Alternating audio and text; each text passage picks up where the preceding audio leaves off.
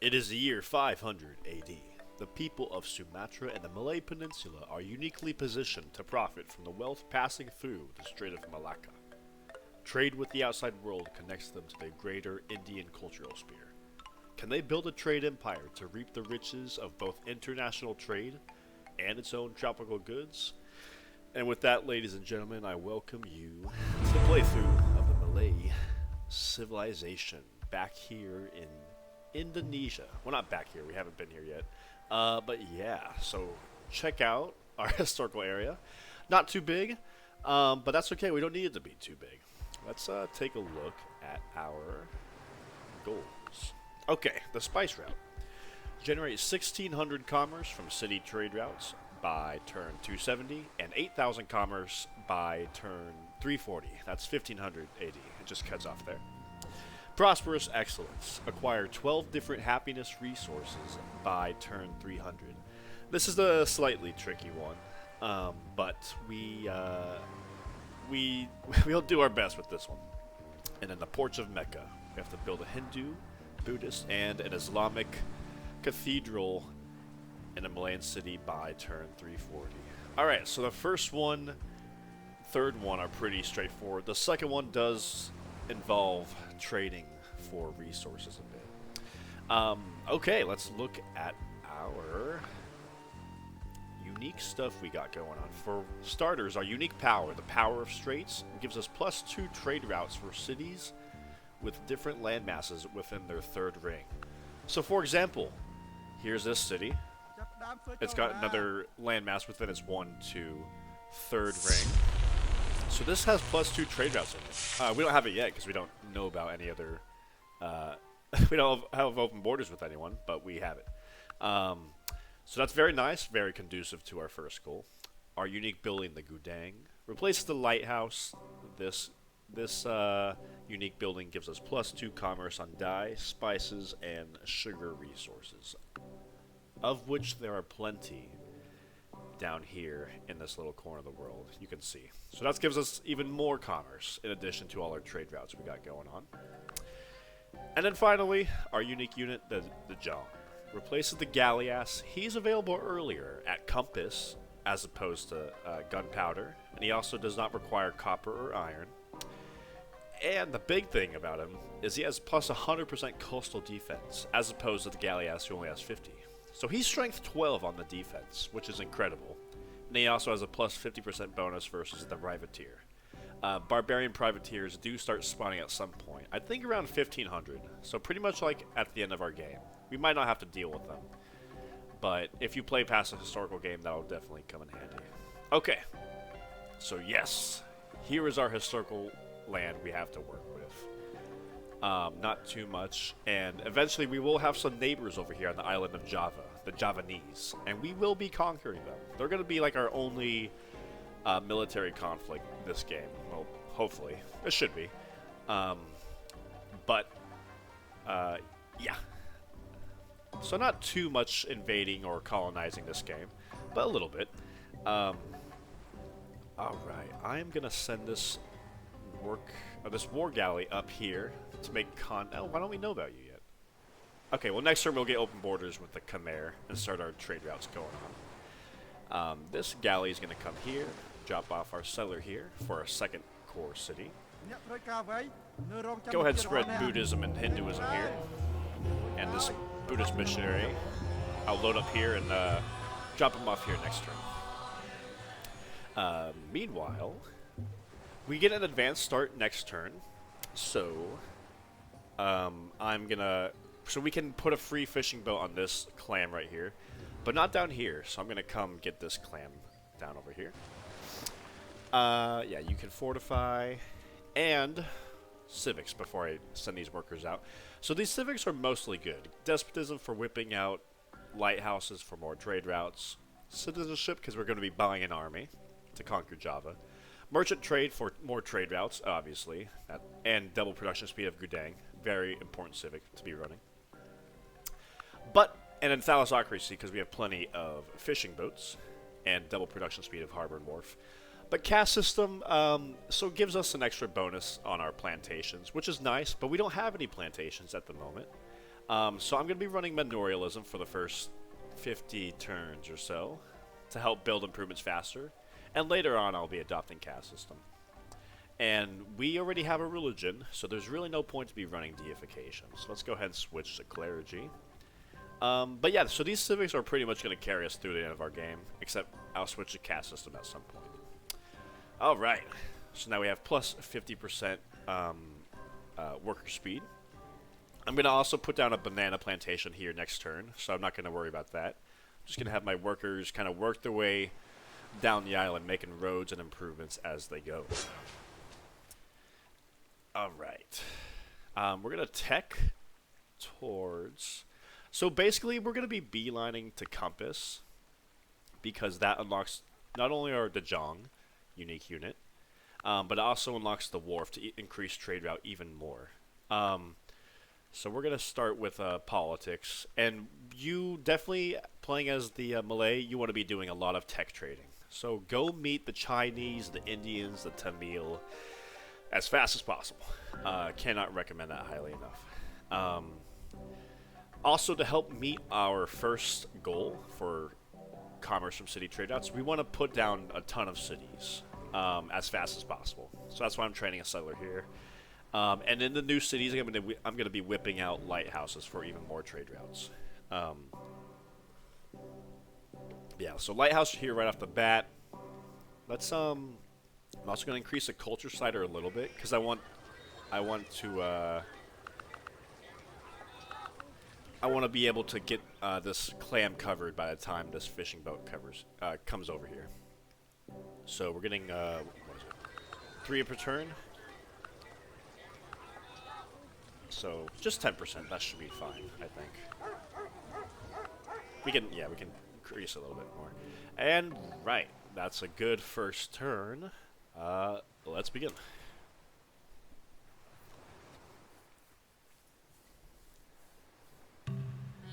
Yeah, so we want to get open borders with basically everybody we meet. Maximize those foreign trade routes. And like I said, we get our advanced start, so I want to put down a fishing boat here on this clam.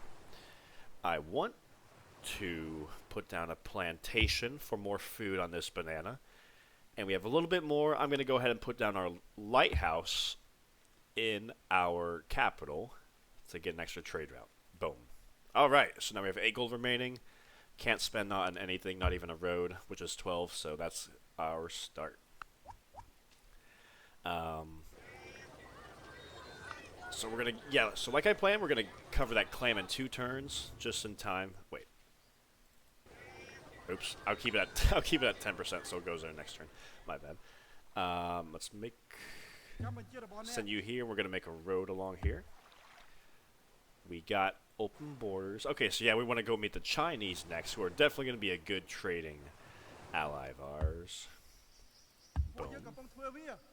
We're going to drop off our missionary here, and we want to continue along to go meet India and the Dravidians as fast as possible. And here we want to make our Gudang, of course. Let's work this. Double production speed, so might as well take advantage of that hammer. And we will be whipping this as fast as possible. Alright. So pumping out our culture slider just enough to get that clam so we can train that settler faster. Boom. Second turn down.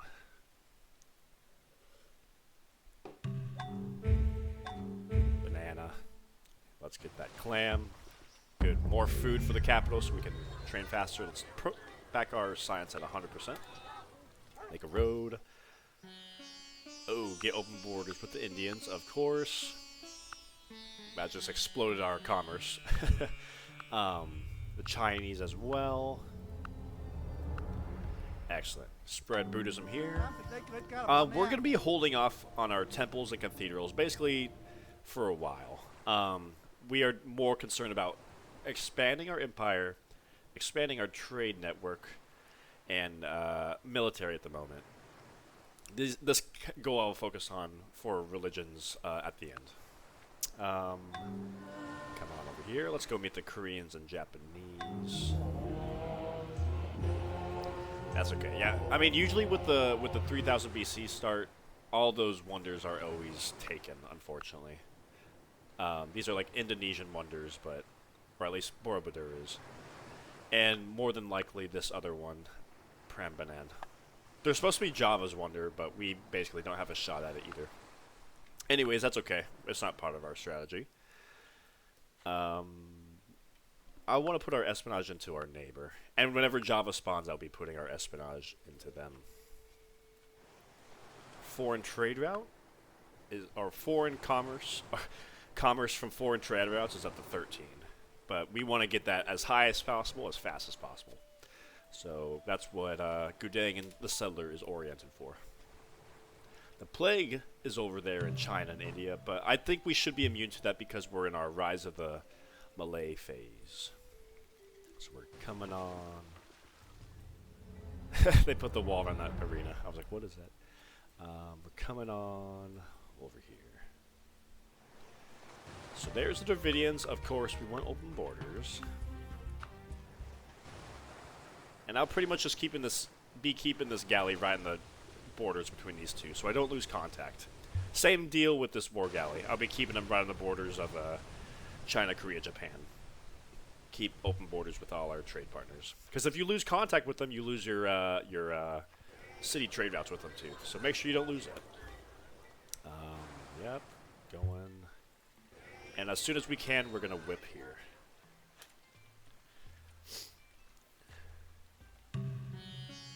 And this is a good, yeah, so I did mention we definitely need to be taking advantage of tech trading here as the Malay. This is a good deal, because we need engineering to get to Compass, and it gives us a little bit of gold. Yes. And we also want generalship, because we do want to train war elephants. So I like that. Let's come put a road on this gold. Let me do a little bit of exploring. Let me, so let's see who we can tech trade with. China has 100 gold. That's why I didn't want to trade with whoever first. So let's see. We also need architecture, obviously, for the cathedral. Can we get something going like this? I'll hold off on architecture. When we get politics, we have another technology to trade around with. But I think 100 gold in generalship is perfect. So let's do that. He's pleased with me. That's cool. And we have banana. We're nowhere near our health capacity, so we can probably just... Oh, ethics. I could probably get gold from that, so let me not do that trade. Let me see how much gold I can pull from China for banana. Yeah, don't be 4 gold? 4 gold per turn. That's fine. We're positive now, and no one else has as much gold anyway. Yeah, we're gonna be keeping our cities pretty much small, at least for now.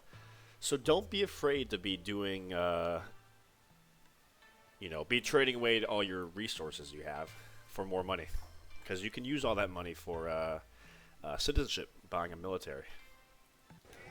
All right, let's continue.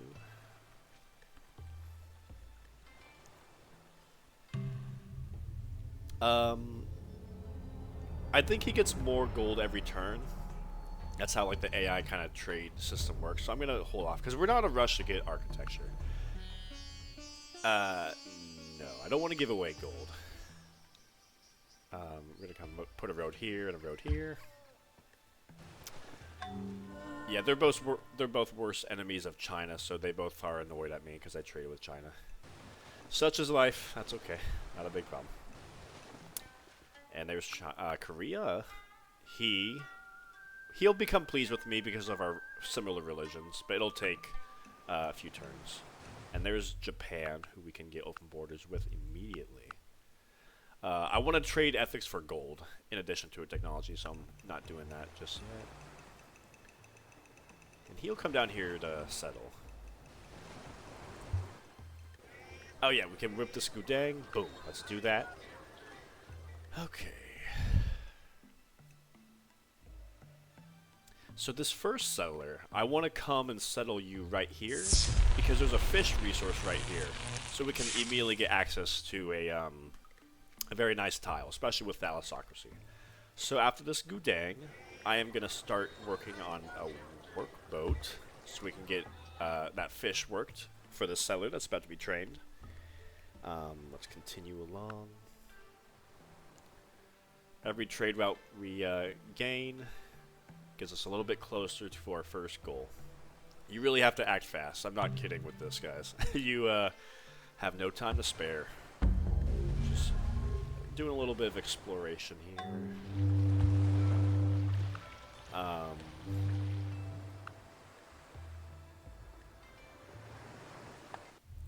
Maybe I can get a little bit more than 40 gold. So I'm going to wait a little bit longer for that.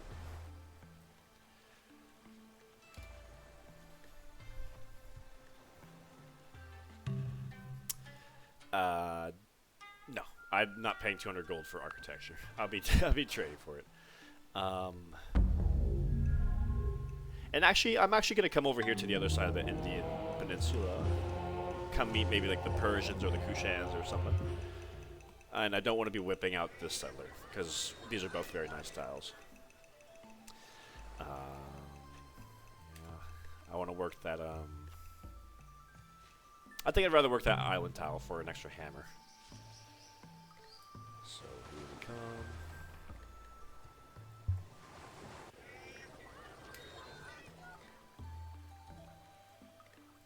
And for my third city, I'm actually going to settle him on this ivory tile. Because honestly, ivory camps aren't that impressive of tiles. They don't bring in that much production or commerce. And furthermore, it also will take advantage of the Malayan unique power of +2 trade routes with a different landmass within its third ring. However, if I were to put it on this hill, it would not take advantage of that third ring bonus. So I'll be putting it on the elephant. Right, let's continue.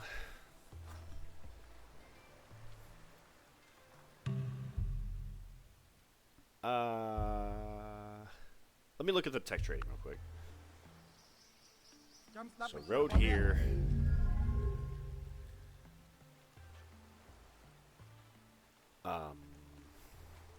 Yeah, and I'll come start production of a mine here for a turn.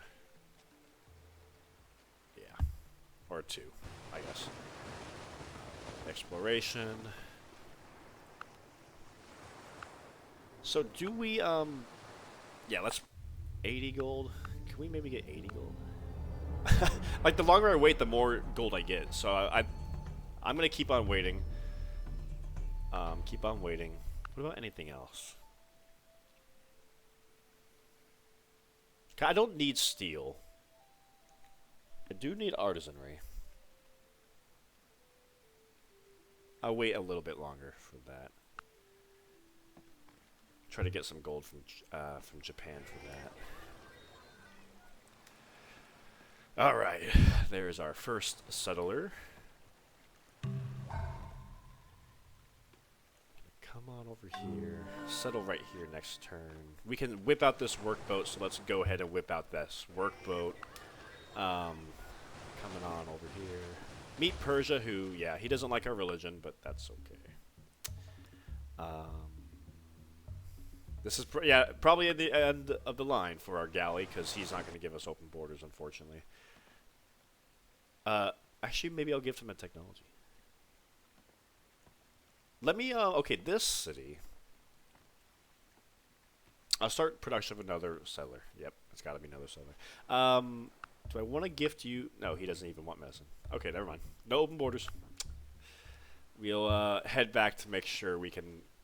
And the Arabians are about to spawn too, and they're surely going to hate our guts.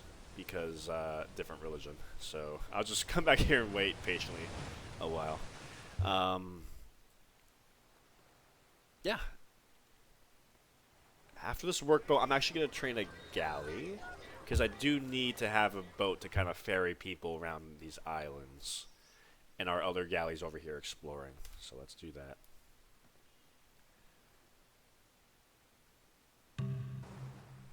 Alright, let me cancel this mine.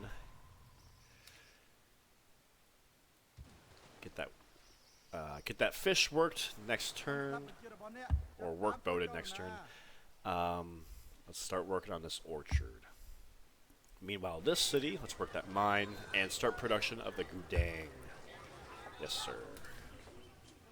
All right.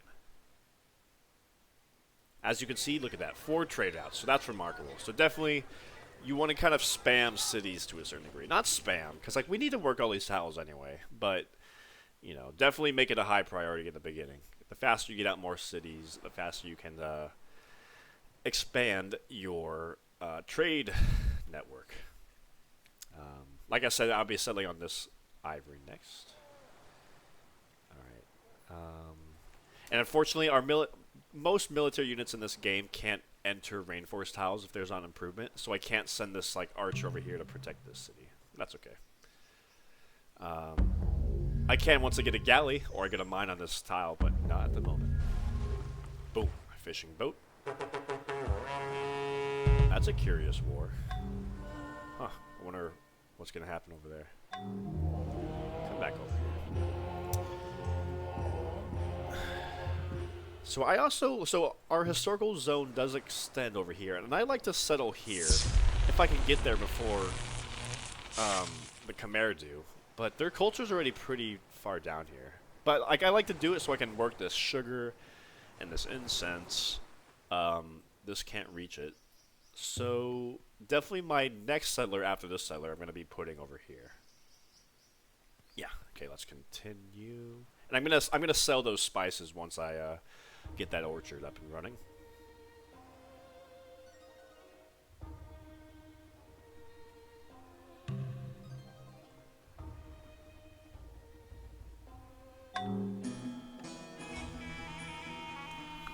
There's the Arabians. Not even bothering trading with him because he's gonna hate me. Well, you know what? We could probably trade resources with him. Not technologies or open borders, though. Not yet.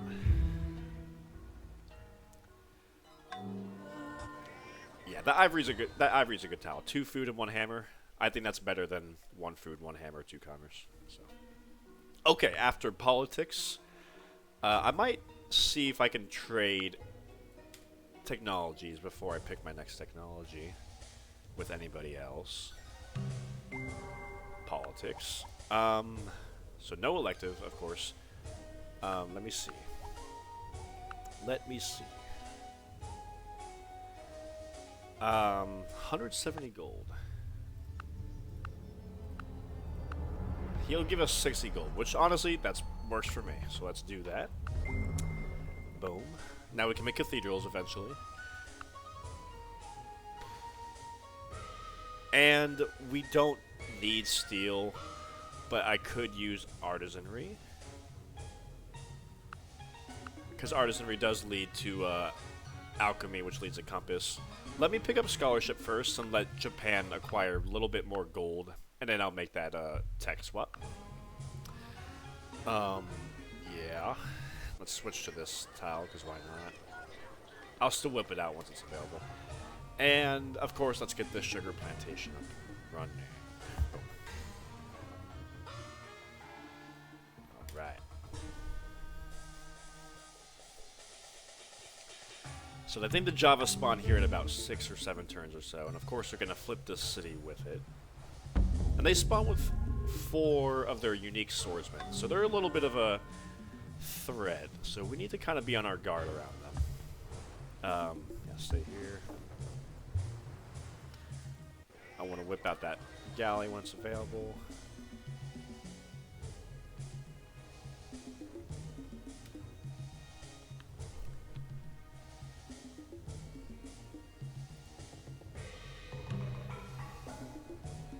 Alright. Next turn. That just shaved off a turn of our research, I guess, from the trade routes or something. Yeah, let's whip out that that useless little fisherman population right there.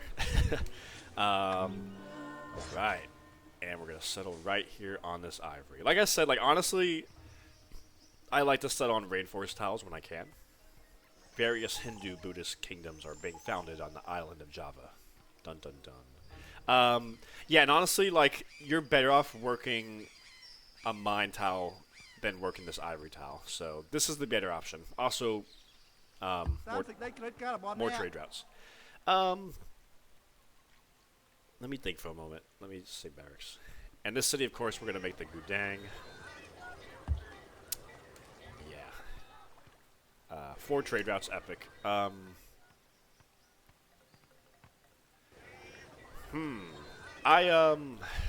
Okay, what next? I do need more settlers, obviously. But I do need to kind of, like, start thinking about training some, at least 1 or 2 war elephants. Because I've played a few test games of the Malay, and they like to get cocky and kind of invade you with their swordsmen. Like, they're not playing around. So, I might train a settler.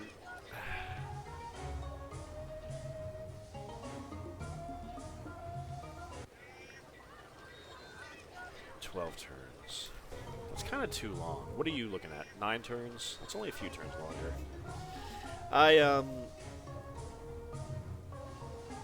Yeah, I gotta start. I want to start training war elephants now, I think. I just ran too many test games, and they don't always invade you, but they are definitely inclined that direction to do it. So I'd rather be a little bit more prepared, because I don't have a navy or a military. So let's start worrying about that now. So I want to make a barracks and a stable before I start buying elephants. So let's do that. Stable next. And of course we can be whipping that. Yeah. And you can start training a war galley next, actually. Yeah. No, we gotta train a settler. Duh. Settler.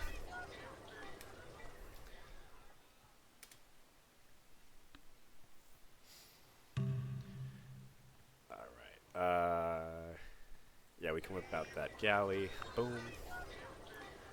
And we will train a war galley here next. Yep, because we need some kind of military. And of course, with the war galley, we can later on upgrade them to the Dejong. So, and I'd rather train war galleys who are only 40 hammers rather than Dejongs, which are 70. Because we have a lot of commerce, but we don't have so much hammers going on. So better to train the cheaper stuff and upgrade them than hard build the more expensive stuff. All right. Looking good. So we're definitely going to whip out in our capital as fast as we can.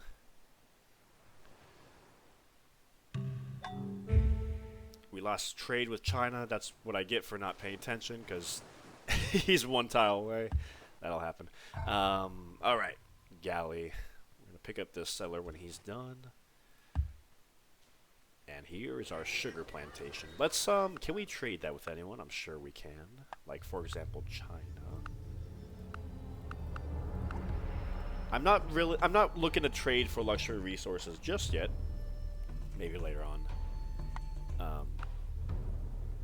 No. I'm sure we can get... No.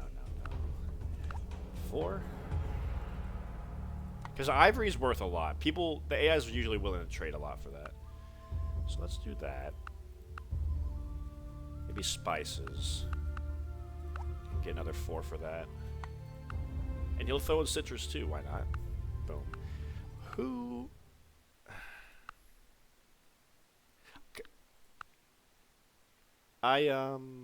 Do you want ivory? Yeah. Okay, I'll just hang on to my 1 ivory. Because hopefully within 10 turns I'll be ready to buy one. And trades are obviously minimum of 10 turns, so let's get this gold mine improved. Good.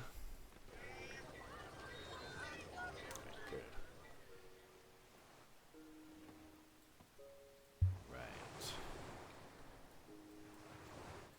Continuing. Scholarship next turn. We'll do another tech trade at that point. When that's all researched. Gold mine. Alright. I think next turn they flip that city.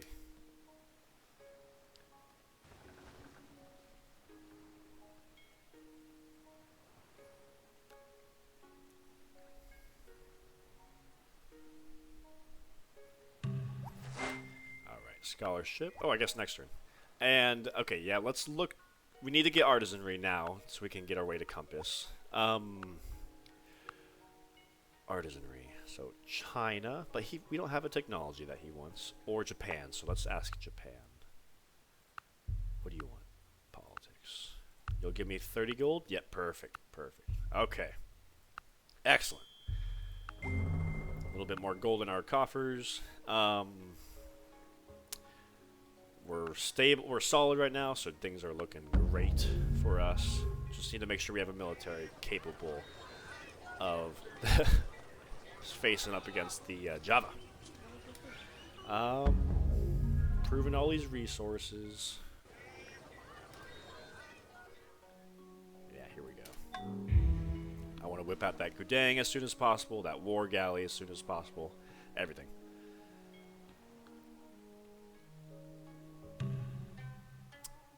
We will not be adopting caste system, at least not yet. And I think, I'm not 100% sure how the AI thought process, but I think if we don't adopt open borders, maybe he's more prone to go to war with us. So I don't want war just yet, so I'm going to do open borders to hopefully soften his aggression towards me a little bit. Even though it would be my advantage of keeping boxed in, I don't have the military to kind of enforce that just yet. Put our espionage into Java. I might not actually whip this Gudang, because we're going to get that gold mine improved. I don't want to whip out the gold miners. I want to whip out that tile, though.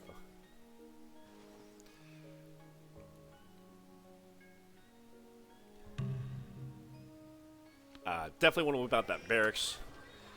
Yeah, let's work that gold mine. So I'm not whipping out any of these tiles. That's okay. So just, okay, all the resources here on this island are improved.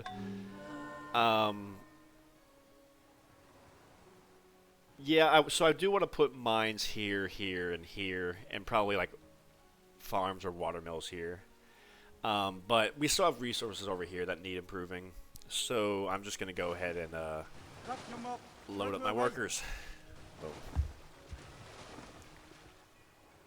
Right. Okay. Looks good. And, I mean, I want to keep my archer and swordsman here, just in case the Java get kind of aggressive. So I have another military unit here. Oh, we lost that deal. Let's see if we can trade those bananas with somebody else. I'm pretty sure you already have banana, but maybe you don't.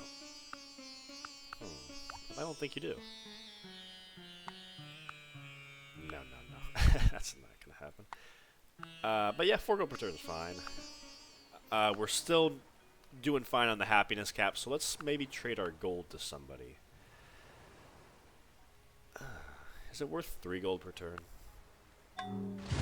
Yeah, why not? I mean, we're just kind of sitting around with the gold not doing anything. So we can trade it to the Khmer for, there we go. Hinduism spreading around, giving us more happiness and culture. Love to see it.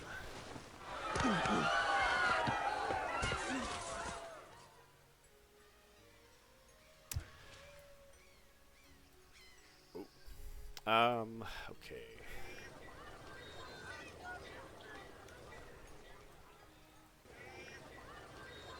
And War Elephant will come next. Start preparing for that conflict.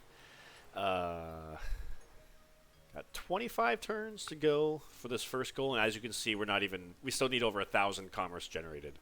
We're at 41 per turn, so it's not bad, but definitely, like, you really need to keep as much going as you can. Yeah. Really orient yourself in that direction to get it done.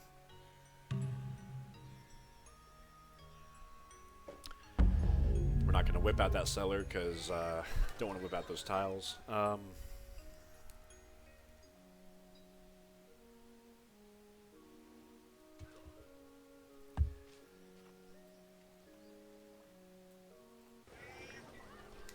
Okay, I'll whip out the stable and I'll whip out the war galley when those are ready. Yeah, so let's go ahead and whip out that war galley. Boom. Ivory camp. Let me see. Work that tile instead. So there's our first war galley. So I feel a little bit better, but obviously they still have those 4 swordsmen and plenty of galleys that bring them over if they want to. They also have, I think, at least 1 war galley, maybe 2. So we're still outmatched. But we're going to be catching up rather quickly. So here's our first.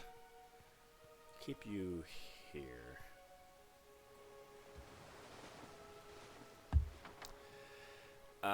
So I want to train another war galley.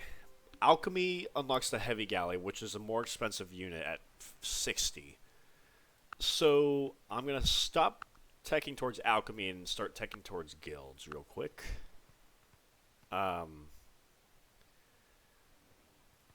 So I have time to train another war galley who I can then upgrade into the Dejong. Yep.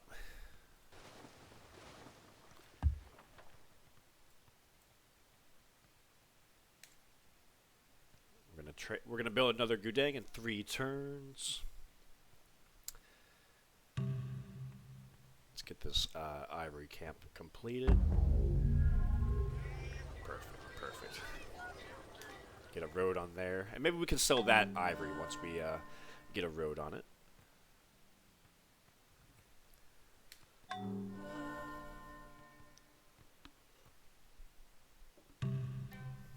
I don't want to be trading away gold, especially for steel. We can't make lumber mills. We don't have iron to train swordsmen or spearmen. A forge is rather expensive, so it's kind of just like a technology that doesn't benefit us.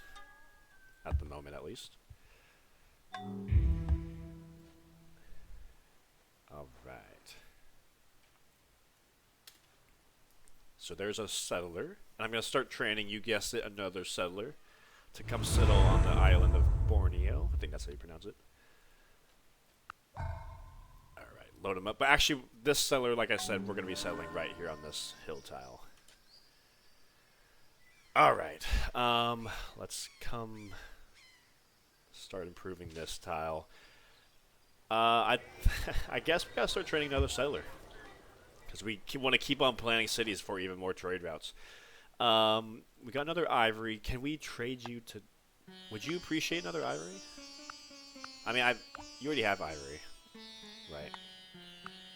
That's impossible. Yeah, China? Would you like that? Yeah, I'm sure he would. Let's, see what he'll give us. Deer and pig. Maybe we can get jade instead, because I'm more concerned about happiness and health. And it will throw in a rice for me. Okay. I like that deal, China.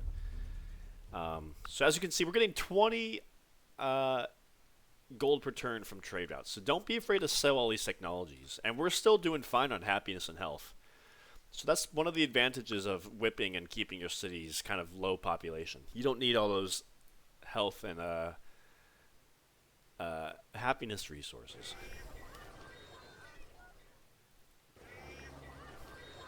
Hopefully we can whip out that stable next turn.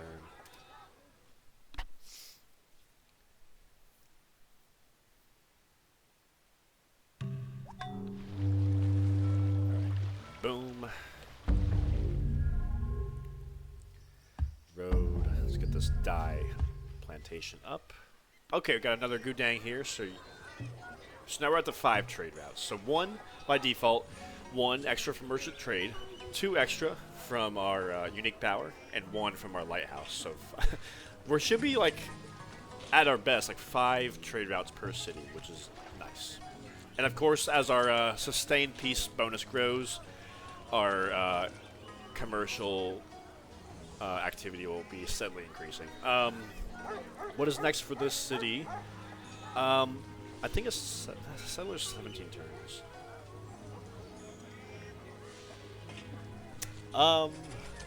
I might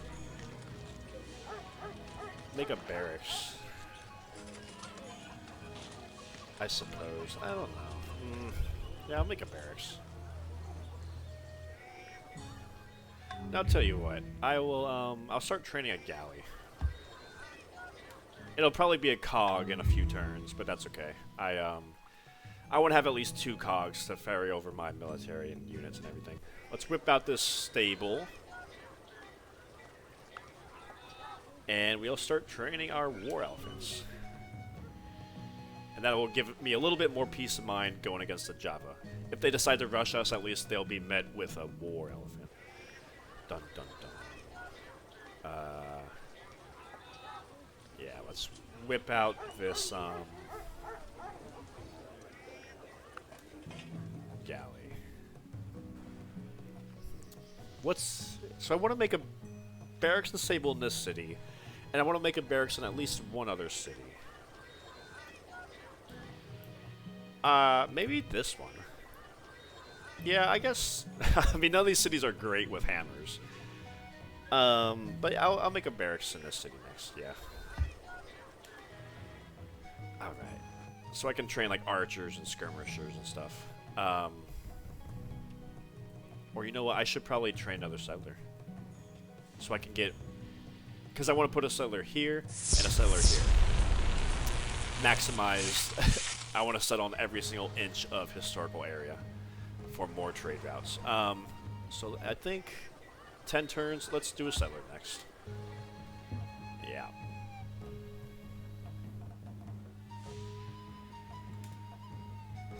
All right. Another workboat has entered the fleet.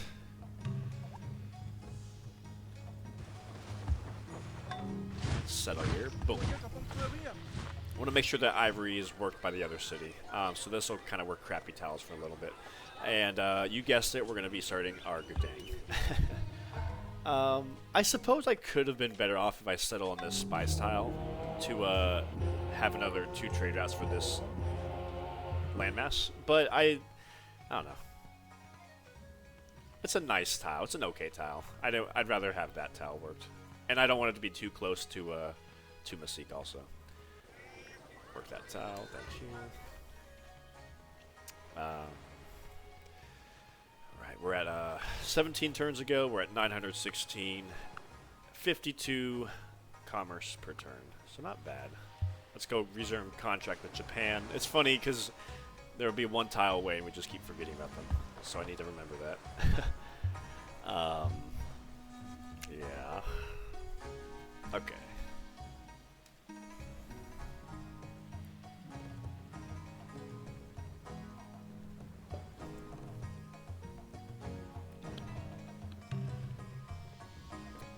Alright. Any other technologies that we could maybe, nah, we don't need steel or nobility. We definitely don't have horses or archers, or horses or camels, so that's not going to be too handy. I guess we could trade maybe law for like more gold or something. He's not pleased with us yet because we refuse to adopt caste system, so that'll make him pleased with us at least. Okay.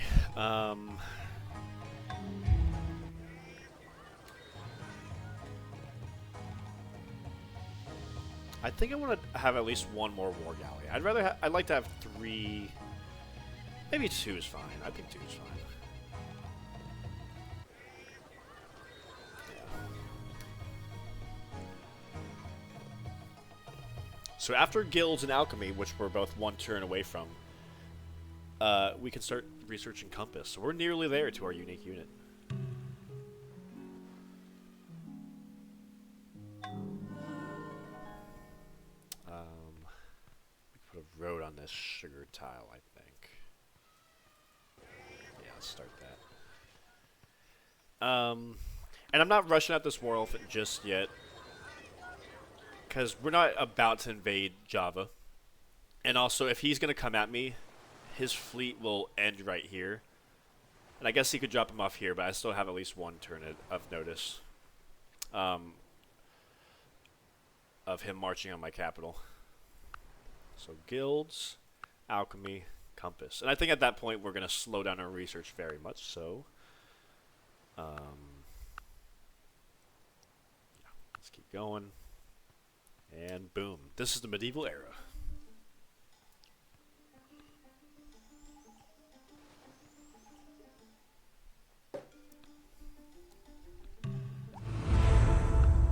don't be too quick um,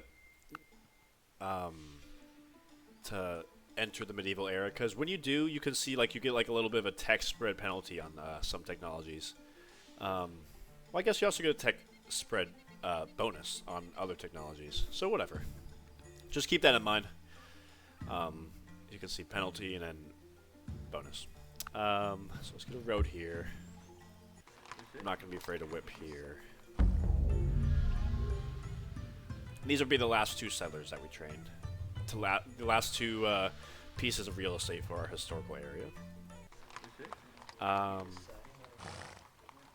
let's do that.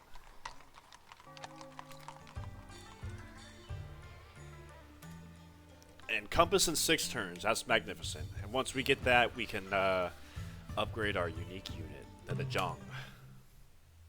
No, is that his name? Or is that our lighthouse? I forget. Tibet, of course, open borders, you guessed it. Yeah, the Jong. That's the name.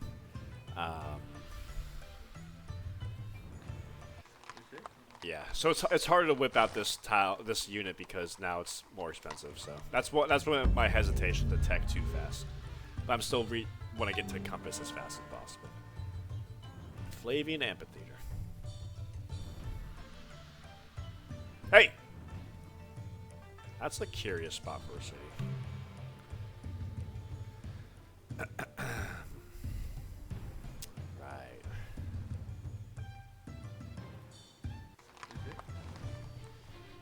Let's about to have 4 turns and 5 turns. I'm gonna wait to upgrade these so I get the Jong in a few turns.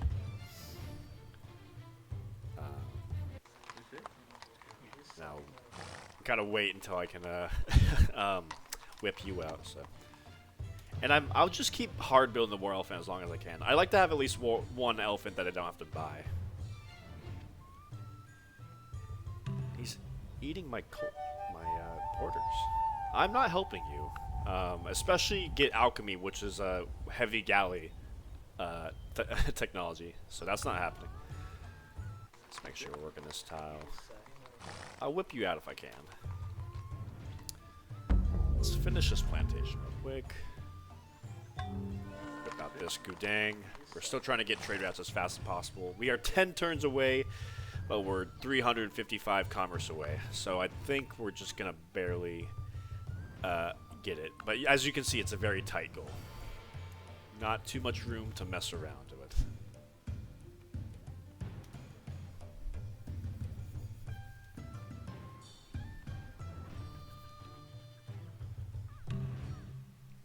I'm not looking to give away all my money.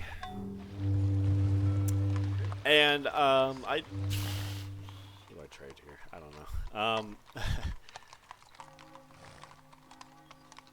Could do like a harbor. Not enough hammers for like a barracks, but I'll build a harbor because a harbor does lead to the wharf with compass. Okay, there is the dye resource. Might as well just work this resource, but we can trade. Everyone's broke. I could trade it for 3 gold per turn, I guess. Because we're still nowhere near the happiness capacity. Remember, it gives happiness to our most cultured cities first. So yeah. Oh, he already has it. Never mind. I'm not doing it for 2 gold. Sugar.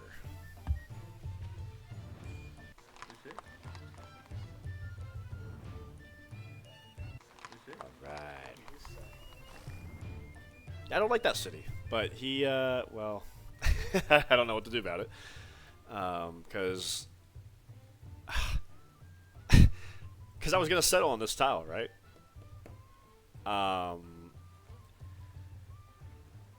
That kind of threw a wrench in my plans. And that's not a historical area. So, like, I don't know. If I take over that city, I might just burn it. Because I really... We'll see. We'll see how things go. Don't appreciate he did that, though. That's all I'm trying to say. Maybe we can whip out that elephant. Whoa.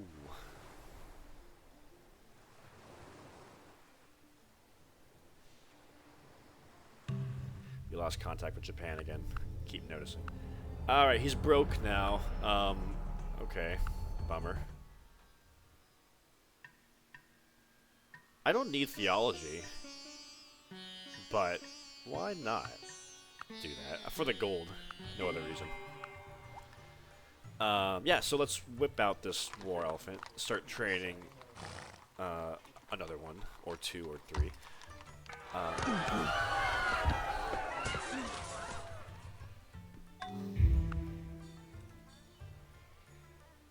Maybe we could trade spices to Korea. No, he says. I'm pretty sure the Chola also have spices already. He'll take it though. Good. Let's go meet Japan again. Gotta go back and forth all the time. I'd rather keep contact with China than Korea, though, or Japan, because China's a lot bigger of an empire, obviously. All right. So I guess I'll just hang on to this settler, just in case an opportunity presents itself. But that's a bummer. After the settler, I will start training I don't know, a harbor, I guess. And I want to make a barracks here next.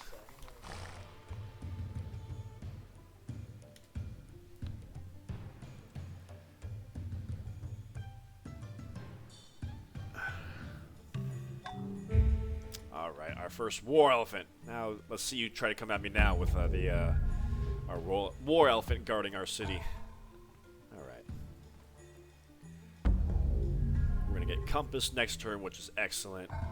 I want you to train a workboat next so we can work this fish tile. And after compass, so my strategy right now is this. We can really turn down our technology trading after compass. There's nothing super urgent, but the thing is, whenever Mongolia does spawn in 1190, they're obviously going to quickly grow to have a very impressive empire, with many luxury resources under their control. So it would behoove me to be able to have a technology I can gift to Mongolia to make sure they're pleased with me, for open borders and for resources. And I think that technology is patronage. So I want to start teching towards civil service, and then obviously I guess I do need nobility. Patronage next. Yeah,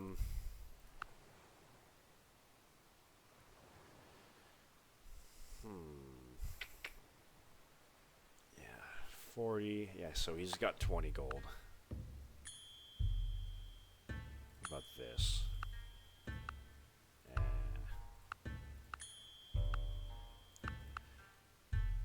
650. Yeah, let's do that. Whatever. All right. There's nobility. Helps lead us to patronage.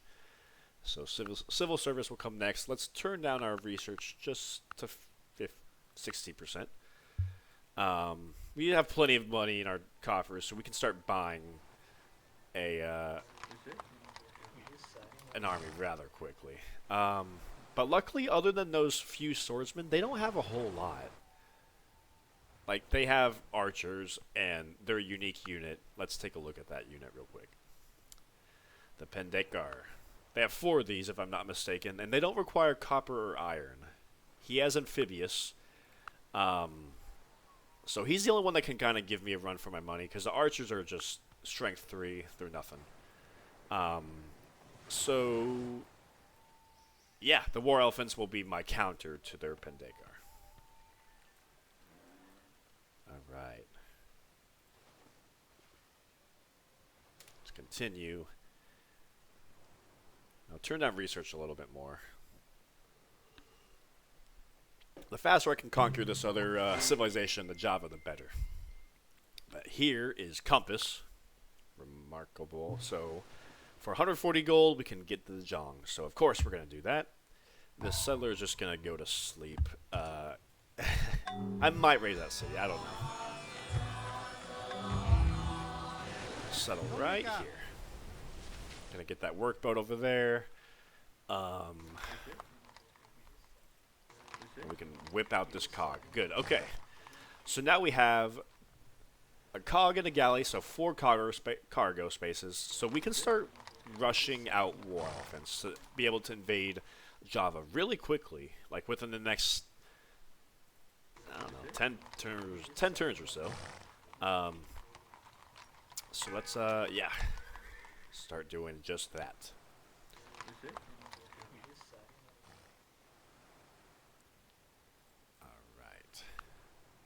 Alright. We don't need too much. Well, I'll keep you at 50 for a little bit.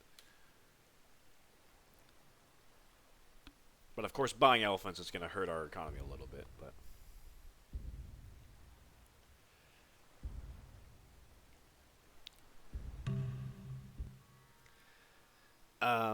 yeah, China's a very good trade partner, so we can't really turn our backs on them.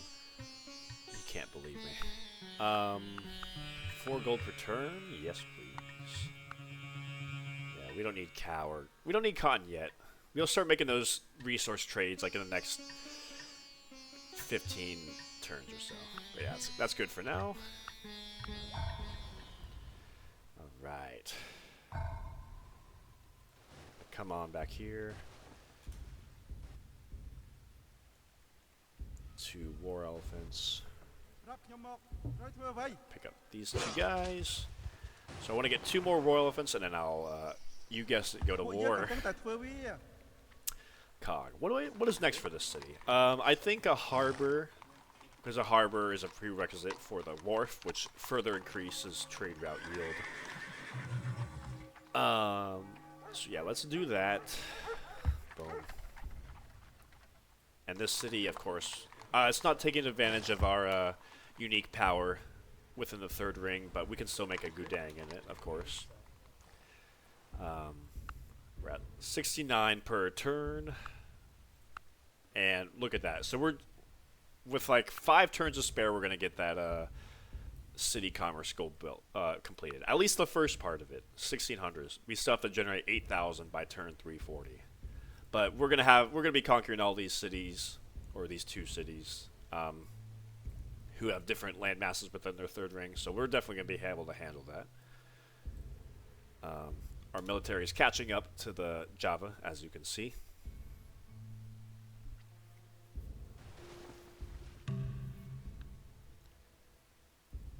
Rush out that.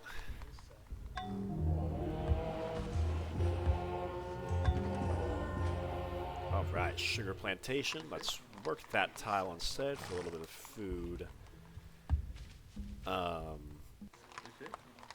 And I can work that tile when I grow a little bit. So I don't want to whip in this city anymore, because I'd rather work these tiles. And actually, I'm going to let you starve to death a little bit, so I can get some more hammers going on here, so I can whip out this Gudang a little bit faster. Alright, so 1 more war elephant, and I will be good to go against the Java. Everyone's canceling my deals.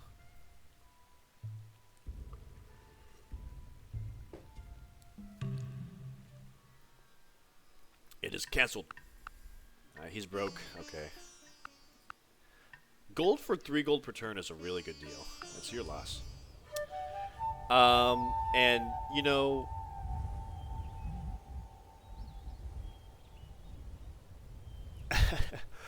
Guilds unlocks the cog.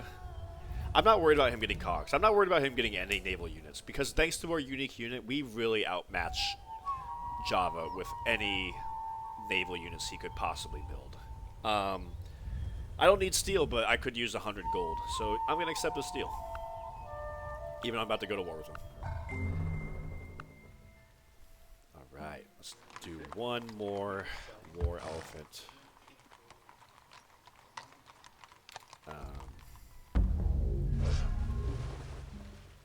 And yeah, so the thing about the cog versus the galley, the only thing the cog has over the galley is it has the same movement, it has the same cargo space, but it has 3 more strength. But as long as you're adequately protecting your galleys, which I'm doing with my Dejongs, there's really no point to upgrade to the cog, just for more strength. But I don't plan on my galley seeing combat anyway, so that's why I'm not upgrading you to the cog. Let's load you up. Yeah. And I'll buy the war elephant next turn. And you're right at the happiness cap. Because I need to get a military unit here to start protecting you. I'll make a barracks here next so I can start training archers.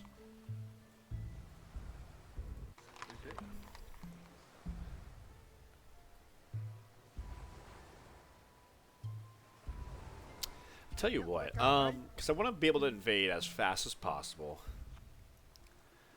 So if the turn I declare war, when I enter enemy waters, it ends the movement of my boats. So I think it would behoove me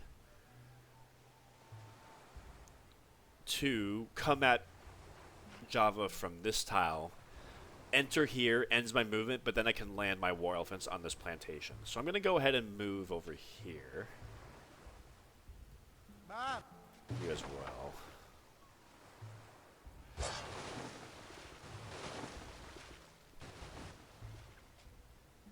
And then next, whenever I rush out this war elephant, I'll just march you here, march you there, and then attack the next turn. Alright. And, that's an easy land. That's an easy take, because there's no defenders of it. But I want to make sure I land my war elephants first before I go send like a archer or something over there to claim that city. So boom, rush out that war elephant. So we'll be invading Java in just a couple of turns. I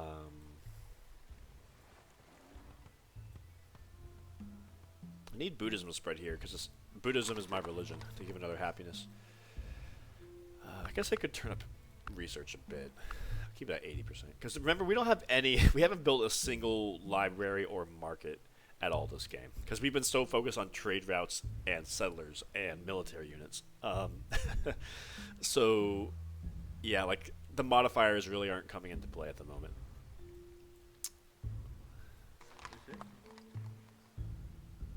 That's right. I'm not trying to rush out that workboat because I don't want to whip any of those population. Let's make sure you're working this tile for an extra bag of cash. Alright, here we go.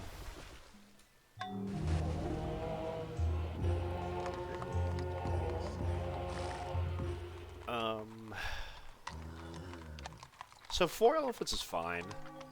I might train another one, but I think I want to train an archer next for some defense or something.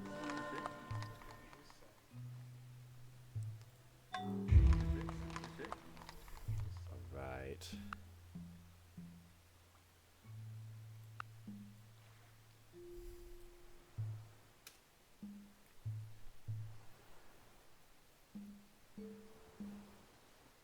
I saw some naval unit move over here. So they have 2 cogs and a war galley. Like I said, my Dejongs are strength 12, and if I sit on this island tile, that's another 25% strength. So I'm really not worried about them hitting my cog or galley at all. So next turn I'll declare war, and I'll be able to land all 4 war elephants on this tile. And they can try to come at me, and they will. It just won't be enough. Alright, got the spices up. Not too much food or hammers on a lot of these tiles, but plenty of commerce. I need to get a galley to come get these mines up and running. In the meantime, so the thing about, like, I don't want to put a cottage here especially because cottages are nerfed with thalassocracy. -1 commerce from all this stuff. So I don't know what I'll put here. Like, I don't want to put a workshop either, but I don't know. I'll put a road.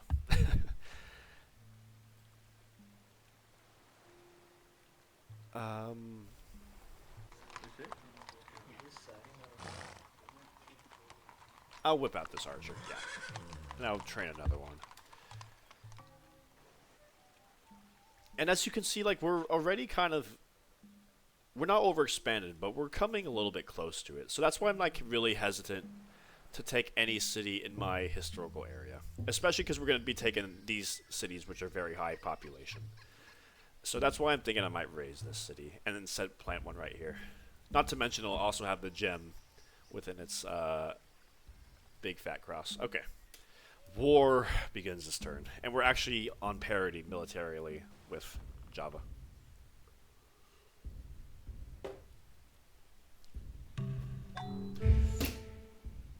Archer. Alright, let's declare war. Cog, war galley. Yeah, let's declare war.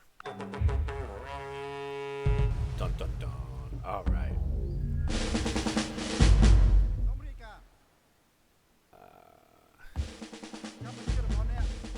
Here we go.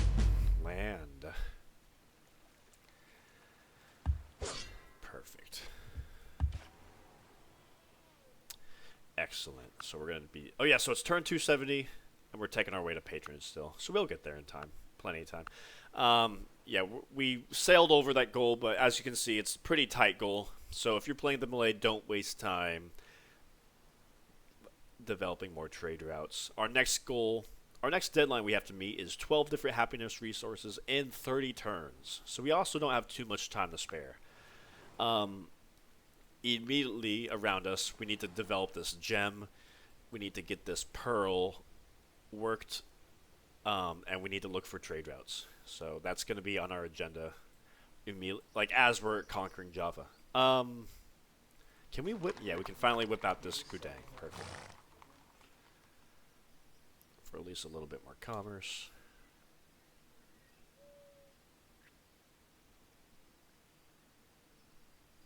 So we killed one cog, so he has one more cog and a war galley. At least, maybe a little bit more. Oh, there's another war galley. Oh, he hurt me. He's strength 5. He has another cog. Okay. I'm not... He has... Okay, so he has strength 5 military units. I kind of want another Dejong. Let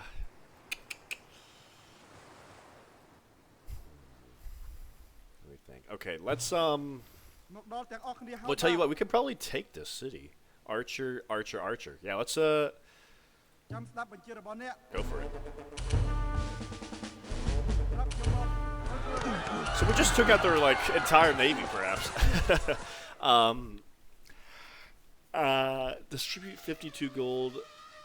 I'm not too worried about doing that because it's going to be angry with me, and they'll be starving anyway. So I'll just establish control. And here's one Pendekar, and the skirmisher and an archer. So I'll just come here. So yeah, I think we're good. I definitely think we're good. We're going to heal up and move on this city. And obviously their entire core is the island of Java. So once they take this city, their civilization will collapse. They have 4 cities, so 1, 2, 3. They probably have a city right here, I'm guessing. But yeah, we'll move in. So they have 1 cog here. I'll keep this Dejong here.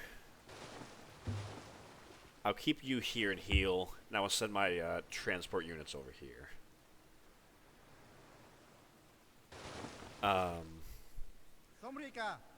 going to pick up this archer and swordsman.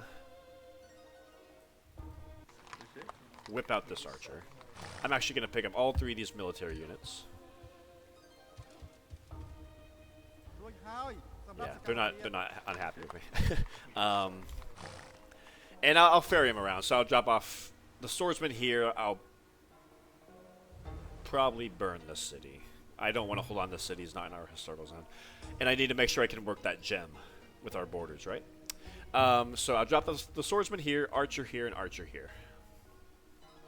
You're here to kind of take the hit of their cog if they come at me. I'll just keep my war elephants here until we can heal up. All right. I'll just make a workshop here for 1 turn, I guess. They have... Okay, so they have a war galley here. Yeah, so let me keep this workboat here for a turn. I don't think I need to make a barracks at this point. Like, the war is... I hate to say it, but the war is, like, almost over before it even began. All those war elephants are going to end the war so fast. So I don't need to make a barracks. I'm just going to make a harbor. Got a harbor here. So if I make a wharf, which is double production speed with thalassocracy, it gets a little bit more commerce yield. So I'm going to work this, yeah. I'd rather work that gold tile. And you can just, I'll have you like whip out an archer for defense. Alright. Good second turn of war. Yeah, he's already probably, yeah. He lost his military, he lost his navy. I think he sees the writing on the wall. That's okay.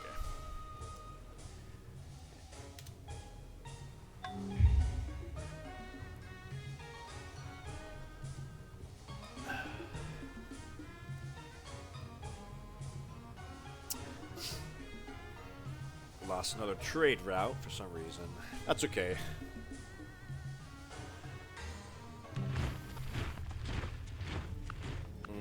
He has 9 gold per turn. He really wants ivory, I'm telling you.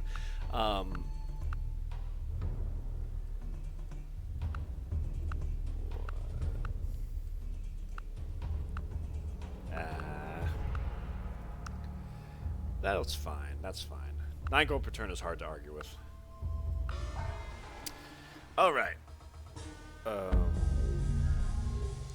Oops, I should have looked at that last turn. Let me move this archer into the galley. So this cog can come here. And like I said, we're going to burn the city. I'd rather have a city in my historical area. So we can use that settler that we have sitting over there. Burn. This archer will come over here. Make you happy, yeah. Alright, perfect. So he has still 1 cog here.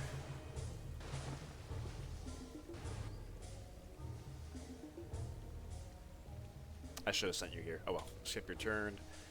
City defense. Yeah, nothing to do. Okay. Because I'm gonna come take out this war galley because I don't want to lose this workboat. So I think we're safe to send this workboat over here. Trying to heal up as fast as possible. Yeah, you definitely. Yeah, he's really hurt. So we'll heal. No big rush on healing, but yeah. Okay. What did I want to build here? Oh, I want to build. Okay, I want to build a scout. Because what I need to do is I need to make sure I have contact with the Europeans or the Byzantians or somebody in order to make sure I can have all my bases covered for 12 happiness resources. So I'm going to start training a scout who's going to get picked up by this galley, and we're going to go make contact with the west. So that's what we're going to do right here. Oh, the bacon. Ooh. I'm going to gift you, because I'm so nice, my cheapest technology. It gives you, please accept this gift. Open borders. Look at that. Okay, my galley got confused because he saw I couldn't go through the border, so he turned back around to find another route. So, okay, it'll take a little bit longer. Okay, so scout. We could probably work this out instead.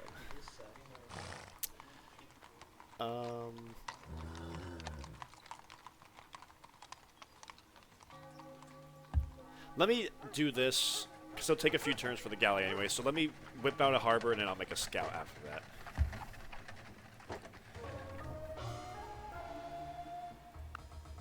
Buddhism and Hinduism are spreading just fine without my missionaries. I haven't used this, well, I haven't purposely spread a single missionary since the start of my game. So, the only one we need to worry about is Islam. So that's another reason we gotta go make contact with over there.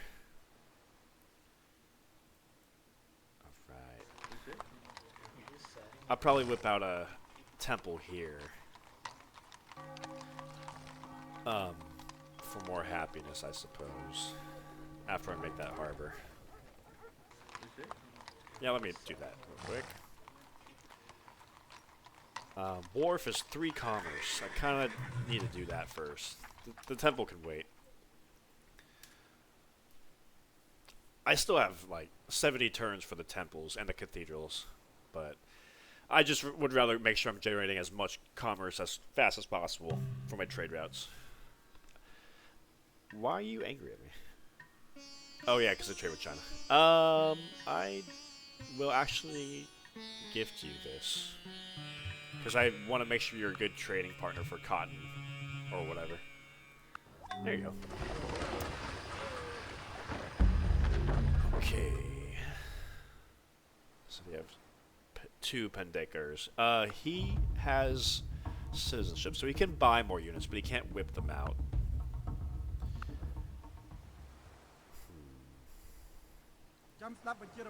We should, I mean, we're 70% with against their Pendekar, so I think when all my elephants are healed, I should have no problem coming in to finish them off. Let me whip out this harbor.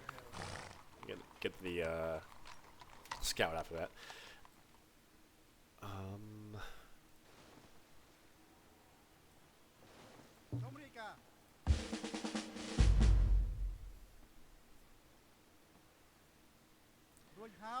I'll come pick up this swordsman because it's getting burned anyway. I'll probably drop you off over here. And I'll come pick up this settler who I did not forget about. And we will settle right here. Yeah. And I'll heal you for 1 turn. Harbor. What I say I want to do? Oh, yeah, the wharf. 3 commerce. Yeah. Yeah, because it just, the sooner I can like generate all these things, the better. I keep repeating myself, but that's how you win. Wharf, yeah. Okay.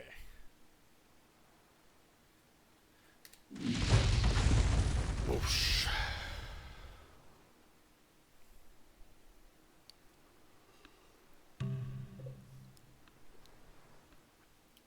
Settler here.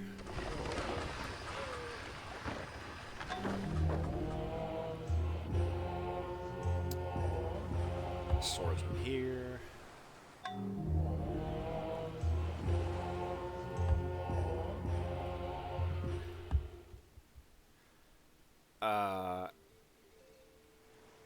One, two, three, four. I'm just making sure this cog is safe so I can load up these these workers finally. Let's come protect you. Fishing boat.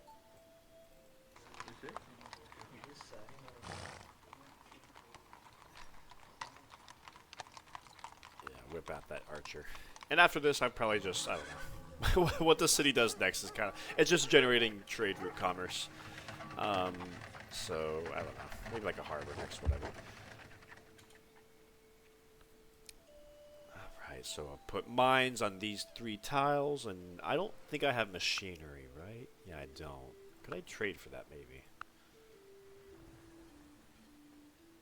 Maybe like, yeah, let's maybe trade for that. Because I would like to put water mills on these tiles for an extra little bit of hammers.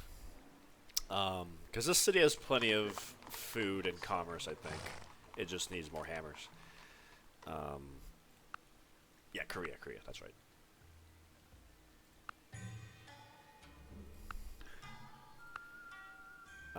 Alchemy.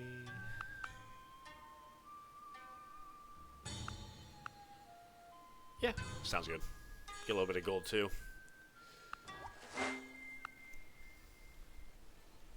And I might be running the culture slider after I pick up patronage.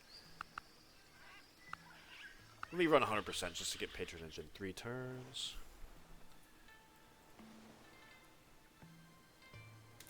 Alright. Come on, war elephants. The faster you heal. Oh, I should have had a medic. Well, it's not like I train a whole lot of units anyway to have a medic. So, that's my excuse. Settle. Boom. Yeah, not taking advantage of the bonus yet again, but he's mostly here for the access to the resources and a little bit more trade route. But yes, of course, let's get a Gudang. Let's work this tile. And let's starve for a few turns.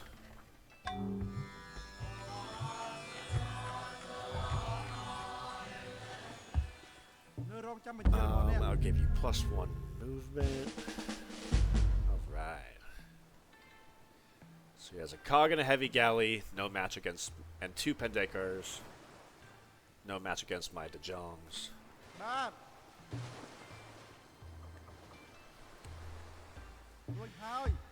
3 more turns, and then I'll move on their capital, and they'll collapse shortly afterwards.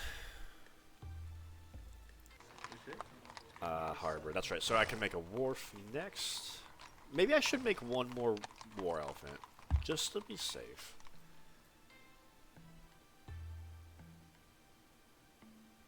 I think 65% against their best unit. They have 2 of those. 1, 2. I'll make 1 more just to be safe, because I could theoretically lose both those 65% chances, and that leaves me in a pickle. So I'll rush out 1 more war elephant. Keep you here.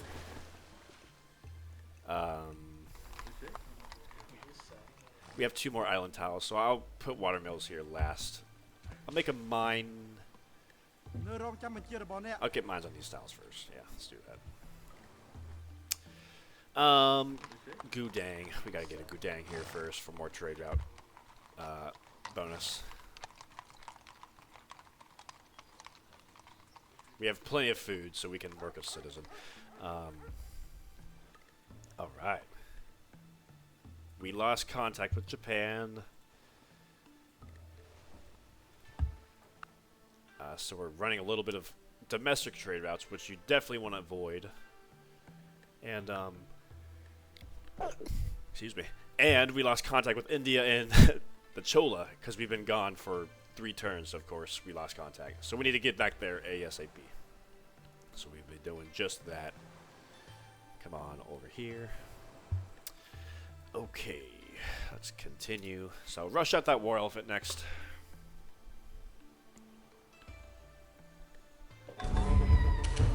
No! I had that coming because I gave them alchemy. I didn't expect to lose him. What were the odds for that? 2 strength 5 units against a strength 12 unit. Well, he was on islands too. I'm not. Nah, I don't need that. Now I'm curious. 70%, so 4% chance, and that hurt me enough. So the next fight was 70.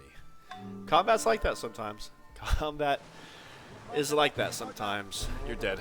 Now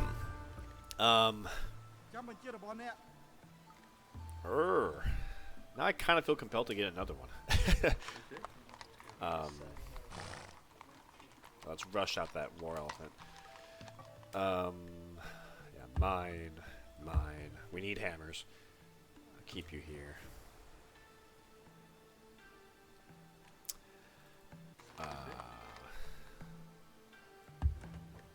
Probably need another archer for this city as well. I only made a barracks in 1 city. That's right. That's okay. I still need to get an archer over here as well. A wharf +1 commerce. 18 turns is not worth that for 1 guy. I guess maybe I'll make a library. No. I'll start production of some of these temples that I need, right? Yeah, why not? I'll get a Hindu temple there. Yeah, let's keep going. Harbor, or excuse me, patronage next turn. After patronage, maybe I'll take towards paper. I forget if Mongolia starts with paper. Or maybe education. I don't know if they start with education. I think they do. But paper, I'll take towards paper. They're spawning here in about 13 turns. Alright, let's continue.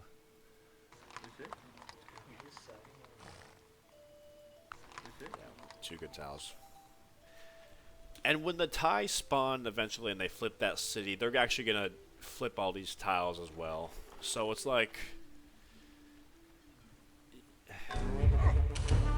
Oh. So it's kind of like, you know, whatever if I don't have those access to those tiles right now. Borders, of course. Not trading. That's not going to happen. Alright, so we're at 88 commerce per turn from our trade routes. Pretty epic. Skirmisher came in to deal a little bit of collateral damage. I think that delayed us by 1 turn. That's okay.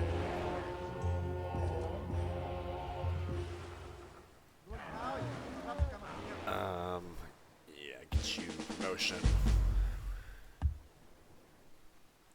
Let's get you an archer next, I believe. Harbor. Wharf is next for more trade route yield. Why are you not working that tile, please? Let's whip you out, though.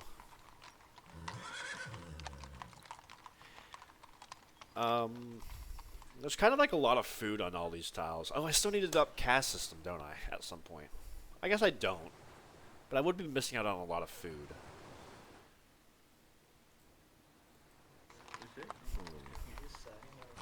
So how much food are we missing? We have 1 plantation, 2, 3, 4. We currently have 4 or 5 plantations. We're about to have 6. That's like a lot of food. Especially for our core cities, which always need more food. And you can see we're already overextended, and that's including the fact we raised this city and just captured 1 of these cities. So we need to start watching our core and our periphery population. So we need to stop whipping our core cities and start accounting for all that. Let me, I think now is as good a time as any other to adopt caste system, I think.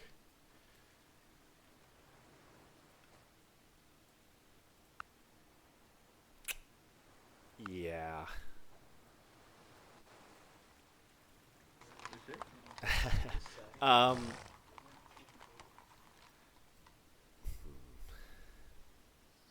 Yeah, let me go ahead and adopt caste system.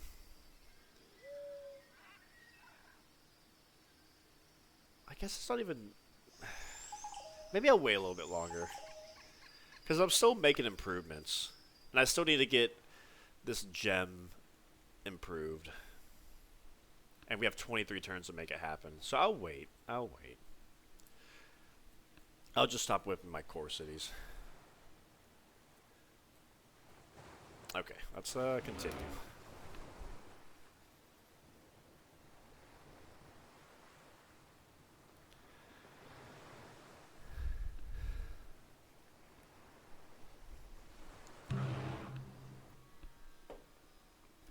I don't want to trade around patronage. I want to kind of keep this in my hands so I can trade with Mongolia. So, and I don't need fortification.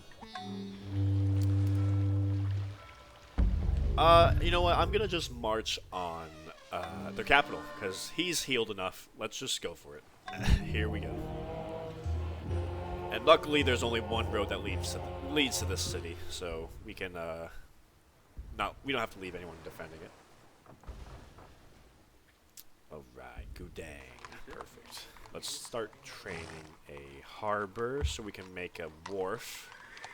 In every city that has +2 trade routes from our unique power, I want to try to make a wharf in that city. Take advantage of all the extra trade route yield.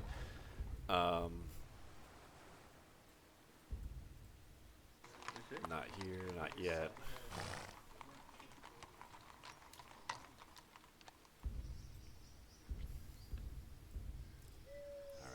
Let's see if he throws another skirmisher at me.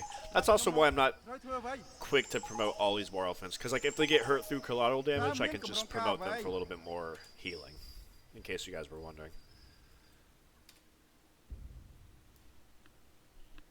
Our economy is very strong.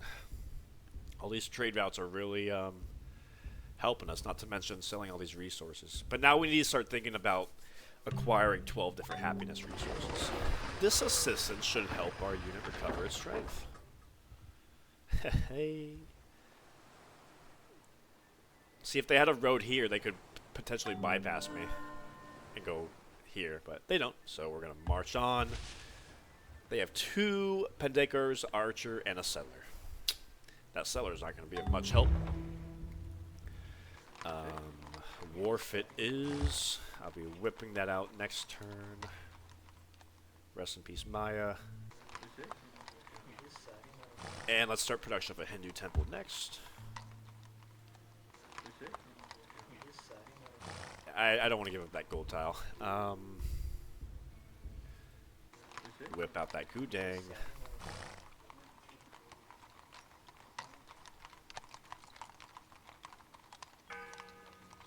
And we could do culture, I guess. Help get that gem covered.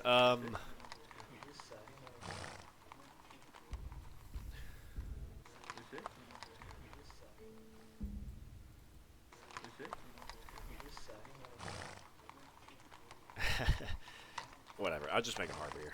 I want to give this tile to this city.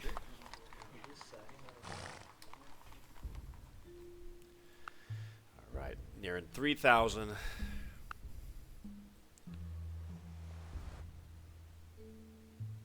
Okay, let's come get a mine here, a couple of watermills here. And I'll turn up my culture slider very shortly. Now there's a lot more commerce in this city. So I can better off pop out my borders. Oh, they're coming at me again. They bought the heavy galley. I guess they're about to lose their empire, so might as well go for it. Alright. Whoa, that was a low chance. 32? Okay, yeah. Send the mercenaries first. Oh, I should have done melee. Why was that so low? Okay, send the non-mercenary now. Alright, perfect. So they're about to collapse in the next turn or two. They have 2 cities. I need to make sure I get those pearls. Let's see. Oh, we got a great general. I definitely, I mean, talk about showing up right when the party's ending, because the war is about to end, and I'm pretty much done training offensive units. Let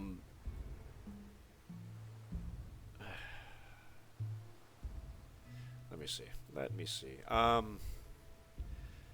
need to come see if there's a city right here that I could capture. If there's not, I'll probably settle right here with a workboat ready.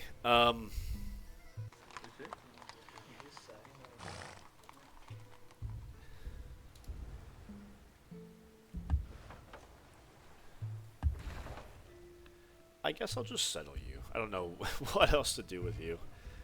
And you're like my main military city, so might as well. I don't think I'm going to attach you.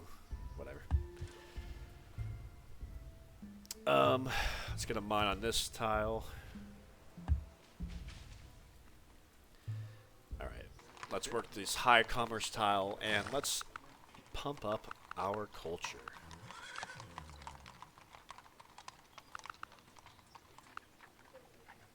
I don't think it should take too much to cover the gem. Let's see.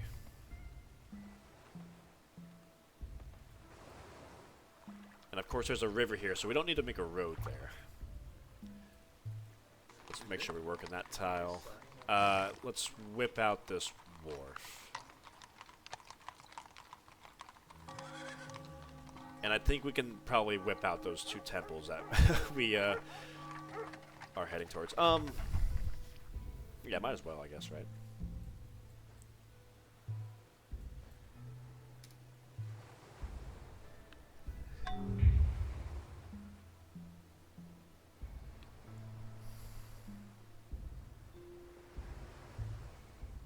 Oh yeah, see, we already covered those gems, so we did not need that much culture at all. We don't need sugar. We can definitely trade. Ooh, silk. So we want to start thinking about those luxury resources now. That's not a great deal. I'll take that. Whatever.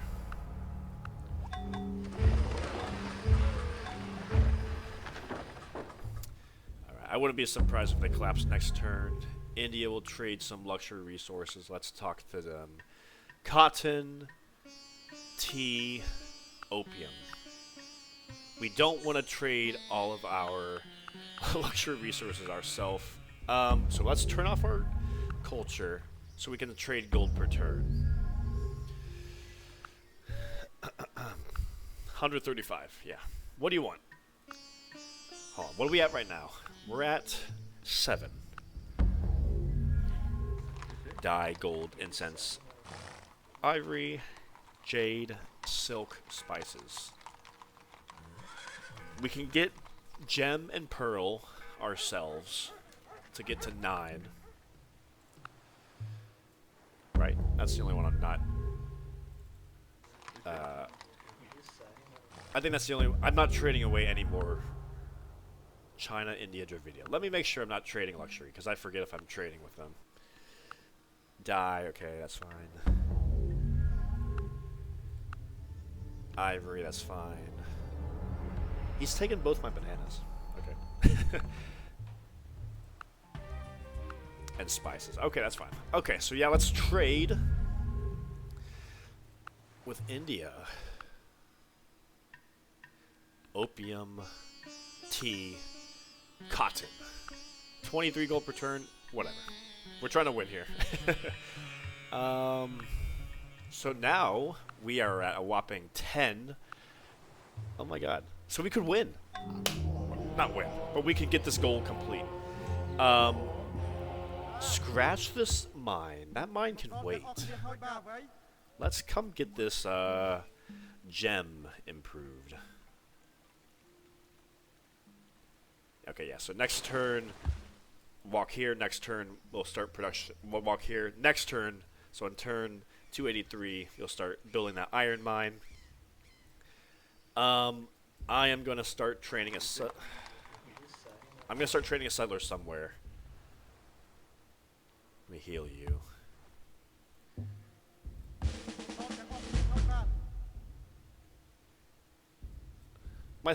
I lost my swordsman. That was clumsy of me, I think.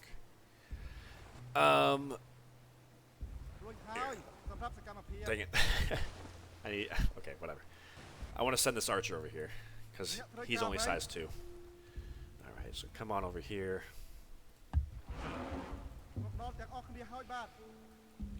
Okay, so no city here. I'll probably just put a city. It's not historic. Wrong button. It's not historical, but I'll put it on the edge of Java so I can access this pearl. And I guess the whale too. But the whale's not a luxury.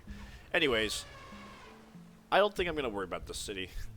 It's not historical. It has access to iron, but I don't need iron. I don't know. Maybe I'll take him over for a little bit. If I can afford the expansion.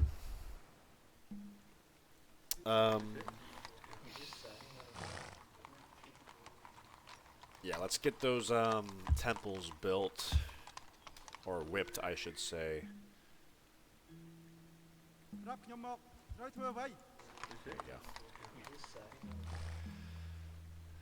And who knows, if we meet like the Turks or like the Byzantines, maybe they could give us 2 more luxury resources so we can get that goal knocked out earlier. Definitely like, because when Mongolia spawns, they're going to be a big upset on the world.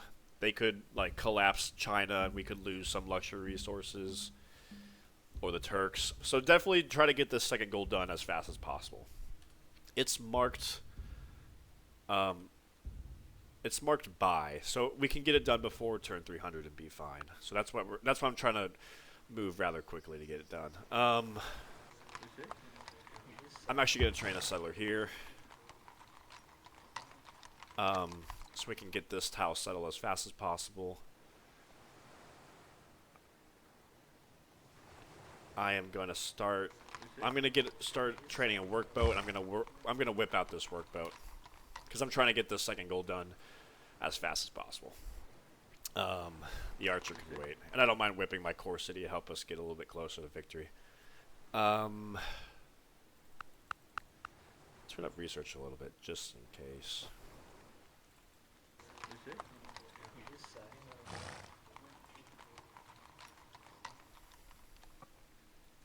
Alright, yeah, but they're probably going to collapse next turn. Alright, let's see how this turn plays out. Of course, our scout is still heading over to meet some new friends. We can meet the Arabians, the Byzantiums, the Swahili, the Ethiopians. They're not reliable trading partners, but who knows? You don't know until you meet them.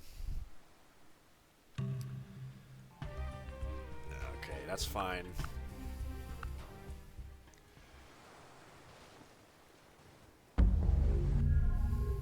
The Arabians might trade a resource. So let's come get this gem. Java has collapsed, as I expected.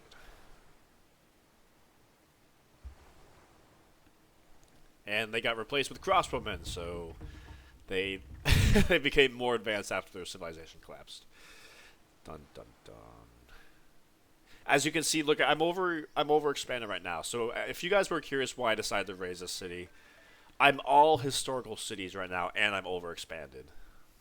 Albeit I did whip a little bit my core cities, but you can see, like, and I still have to settle right here, this non-core city. So I'm trying to, like, I'm keeping my my historical, my stability, my expansion stability in check. Okay. All right. Let's whip out you. Yeah. Okay, no more whipping for the capital. Nothing's that urgent anymore. I'll whip out the settler when he's done, though.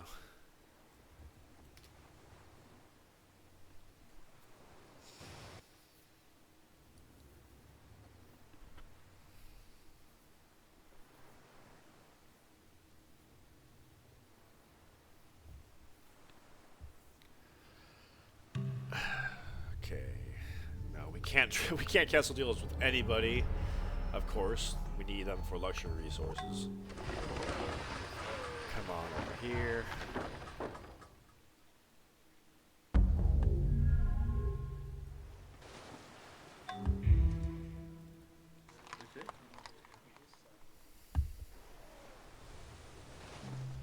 All right, what do you got for me? Marble. That's not a luxury resource. I could trade you spice for some gold. Why not? Let's do that. Okay. There's a Turks. He's also annoyed at me. I'll give you navigation for 30 gold. Cautious, open borders. Why not? He's a potential another good trading partner. Arabia's collapsing anyway, so hopefully we can come over here soon. And I don't think I saw Byzantium collapse, so maybe we can trade wine with them. What else? What else?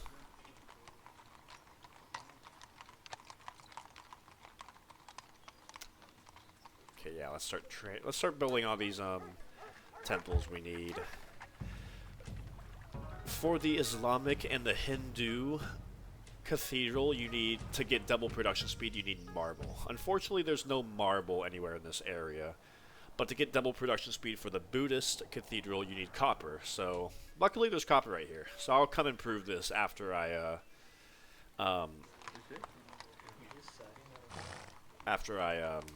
improve the gem. That's why I still have manorialism, folks.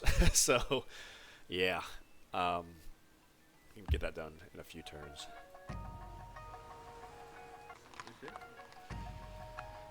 My heart's beating, guys. This goal's rather tricky to nail down, so if you can nail it down early, the more the merrier.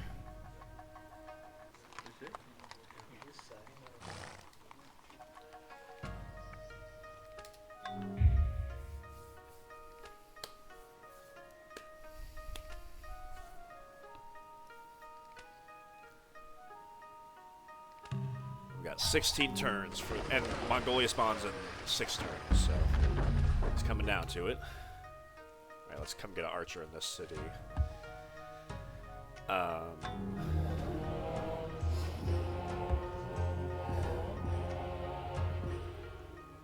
let's go meet Byzantium, hopefully. Arabia will trade marble, but we're not gonna be ready for a cathedral by the time he collapses. He's collapsing right now. What next for my capital?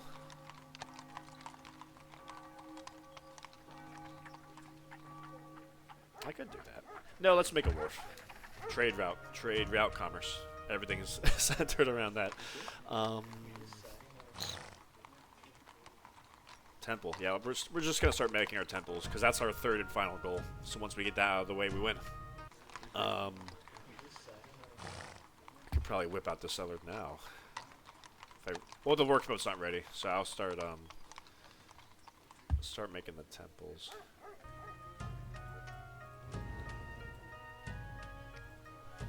Yeah, we can whip you out next turn. Protect that workboat. Everything centers on. Everything is dependent on him. Let's go ahead and pick up. We can't pick up paper next turn. Okay.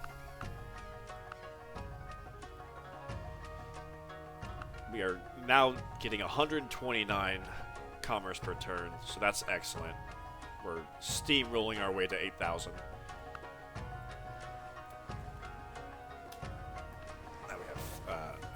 55 turns to get that 8,000 commerce goal.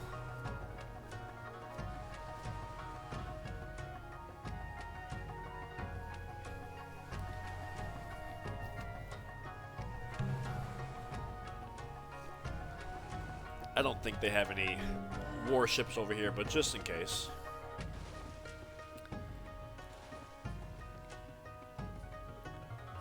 I don't think I want to delete my elephants. I know I don't exactly need them, but they're kind of like the backbone of my military. Alright, Arabia. Give me open borders or collapse. Come on.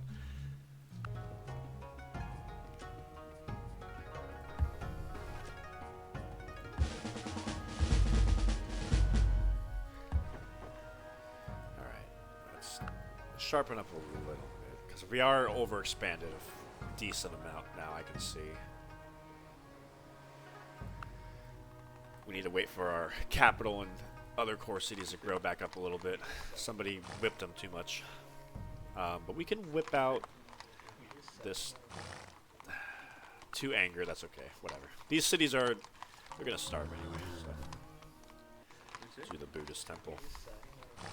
I'll switch to caste system when I'm ready to start building the cathedrals, I think.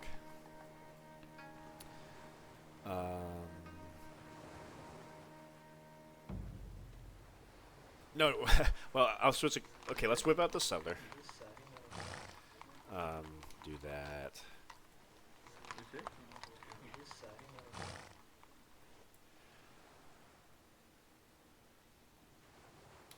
There's paper. We're not unstable, so that's lucky. I don't want to be unstable.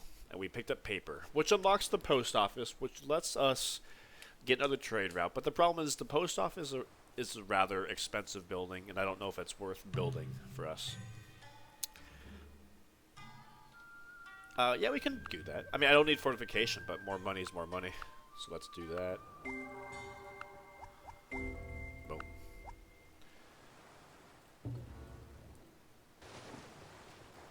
Alright, so next turn we should actually get gem and pearls. So if everything holds good, we should get this next goal complete. Next turn. What? You kicked me out of my tile I was over there, and now I'm in the middle of the desert. We can start teching towards cartography, I guess. That'll be a fun one. Get caravels.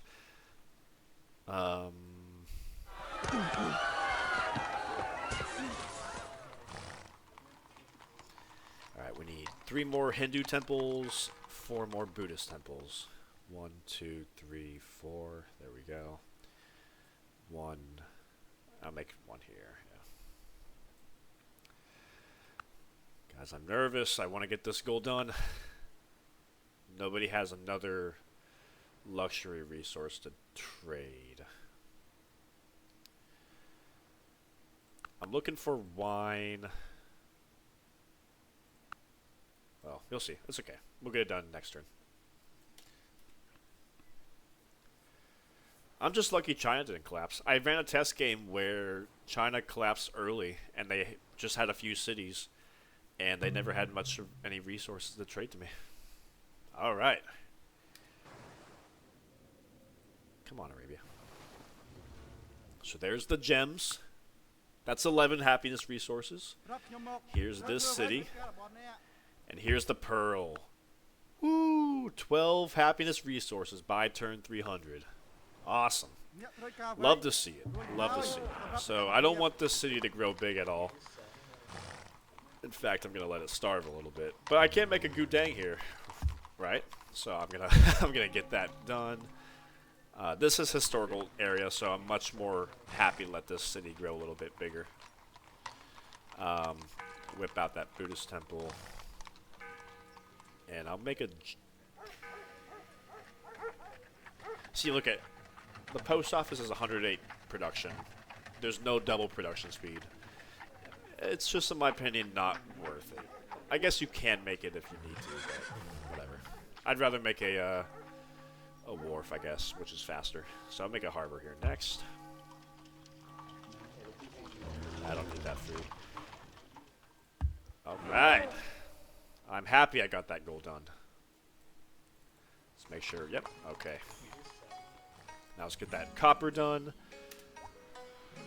Yeah! Alright. You have succeeded to acquire 12 different happiness resources by turn 300. We're still waiting for Arabia to collapse. Usually they've collapsed by now. So we can go trade wine with like the Italians or Byzantium or something. But that's okay. We got that done. So we can kind of cancel a lot of these. We're still... Yeah, we can do that. We are unstable now. Ooh, we are overexpanded. So we gotta fix that. No more technologies for a little bit. Yeah. Okay. So let's cancel that very expensive trade route I have with India. Well, in a few turns I will. How many more turns? In 3 turns, okay. 23 gold per turn. Yeah, you're lucky, India. Alright. So the hard part of this game is out of the way. We're nearly halfway done for the 8,000 commerce, and we're generating 137 per turn. So, I'm just going to whip out my calculator real quick. Let's say 4,000 divided by 137. So we're going to get that in like 30 turns. So we're well ahead of schedule for that.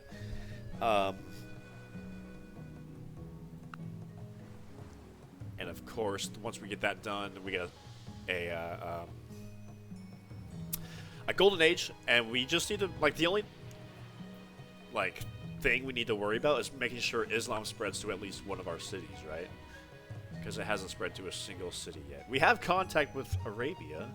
I don't know if it's like set to come over to us at a certain point, like maybe 1300 AD or something. But we're patiently waiting for that. Meanwhile, we can make all the other temples and cathedrals. I think now's as good a time as any other to adopt caste system. What is Arabia up to? Okay.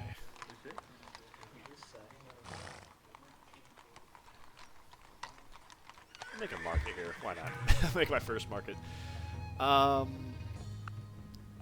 Vassalage. I don't think we need free units.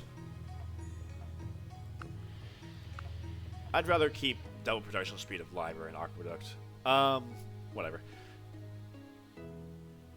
Theocracy. Maybe I'll adopt theocracy. +1 hammer. That could come in handy. And I'm going to be running priest with caste system. And double slots for priest. because the priest is going to be boosted with caste system. So maybe I'll go ahead and adopt caste system and theocracy, because I don't need citizenship for anything. I've already bought my military that I need. Yeah, so I'll do that. Plus another little boost of happiness, so why not? Boom.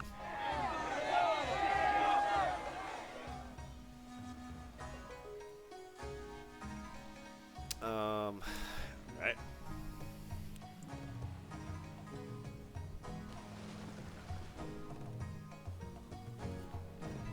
So now we're in the calm part of our game. We're just developing our trade routes. We're not taking over any more cities because we're overexpanded as it is. We're growing our core. We're building temples. Now we're pretty much in our theoretical golden age. We already have silk.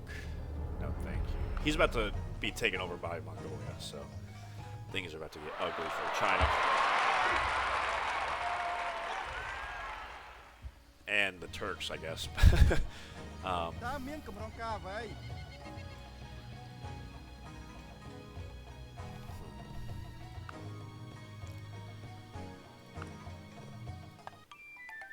Would you like some incense for 6 gold per turn? Yeah.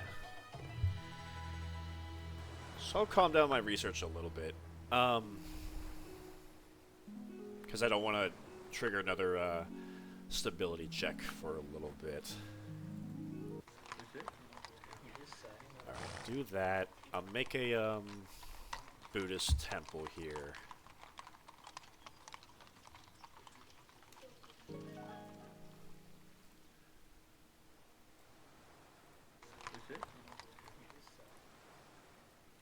Right. We can whip out there. I don't know what to do with this city next. Start production of a post office, I guess.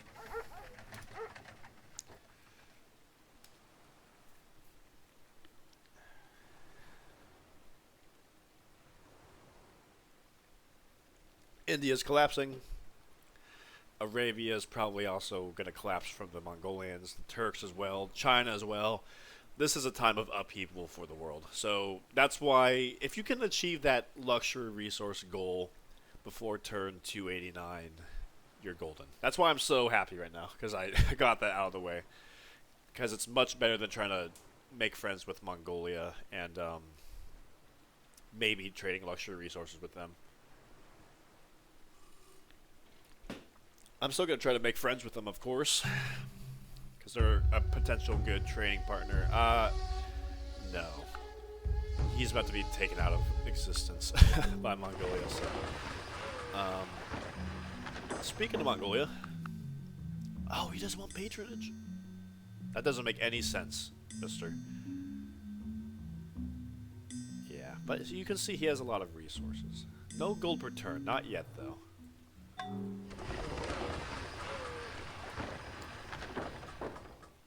Hopefully I can gift him the technology next turn. Soon. Oh yeah, let's get that Gudang here. I forgot to make that. That's awkward. Orf, yeah.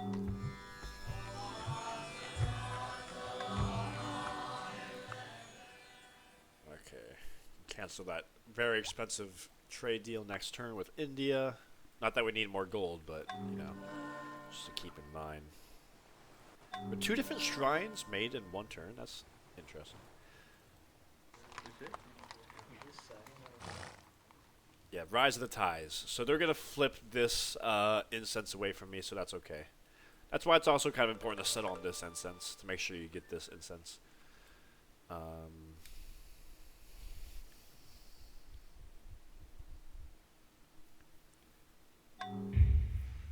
There we go. Thank you for canceling that for me. That's a very good deal for you. I'm sure you enjoyed that.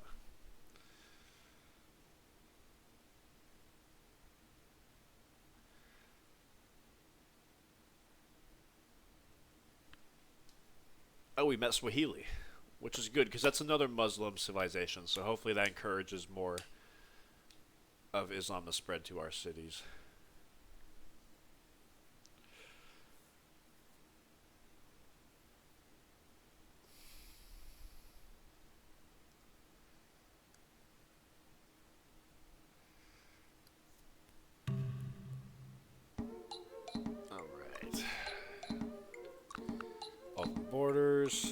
So now, hopefully, we have open borders with the Swahili, so hopefully Islam spreads to us rather quickly. I'll do that, I think. I'm just trying to make him friendly with me. Maybe I should have gifted him that technology instead.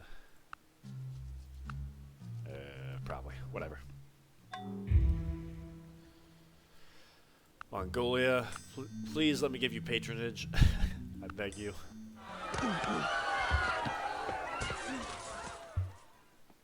Are we trading with Swahili? We are not. Turkestan converts to Zoroastrianism. Good for them. So, 1, 2, 3, 4. Currently have 0. Oh, we currently have... Okay. Oh, we don't need this one, I guess, built. But we do need a Hindu one, right? I think I miscounted, my bad. So we need 2 more Hindu temples.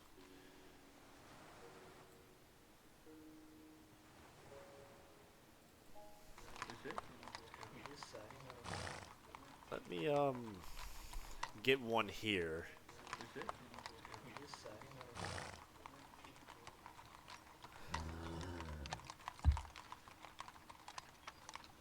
I don't know what I'm doing. So 2 more Hindu temples.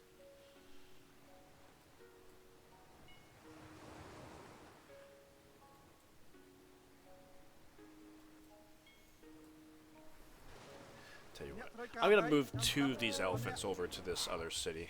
I'm not sure what the Thai are gonna feel about me. I want to make sure this city's protected.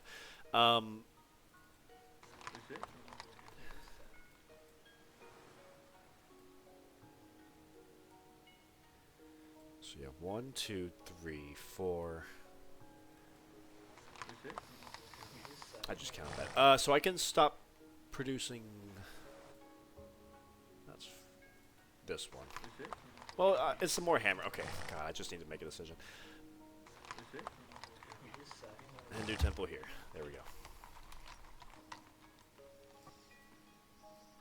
And that's the 2 that I need. Yes. That was way too complicated. Sorry, guys. We're running a profit in one city. What city is that? Oh, the other city up north. Oh, yeah, okay. Because we lost a tile. Whoa, we are unstable. We are collapsing. I don't like that. I thought we were in golden territory, but we're collapsing. Ugh. Why are we collapsing?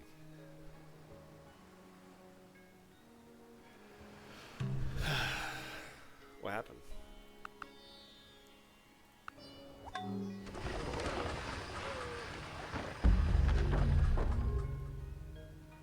I don't know what happened to make us get another stability trigger. We are definitely overexpanded. Good God. We need religious unity because we're a theocracy. Maybe that's coming into play. All right, we need to grow our core cities as fast as possible.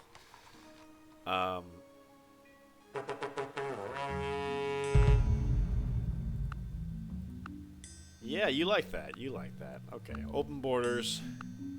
Thank you, Mongolia. Okay, now take over Arabia so I can come explore all this land. Okay, let's start like making jails, I guess. I don't know what else to do.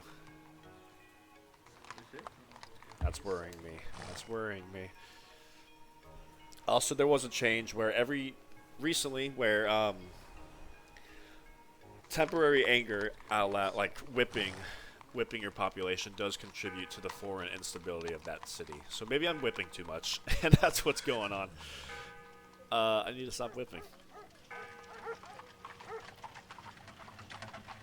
Okay, let's do that.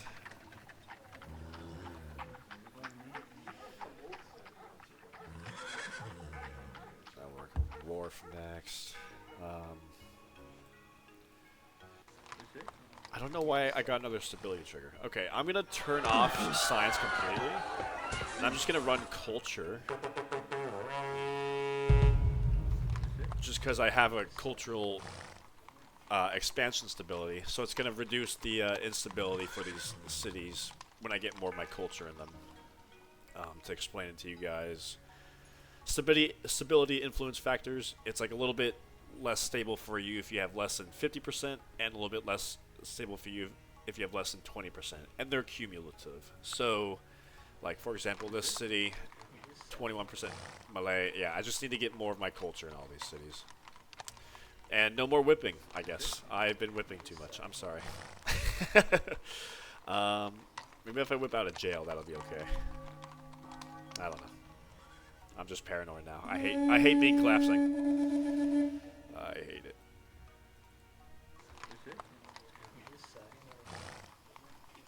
And I don't want to grow in a lot of these cities anymore.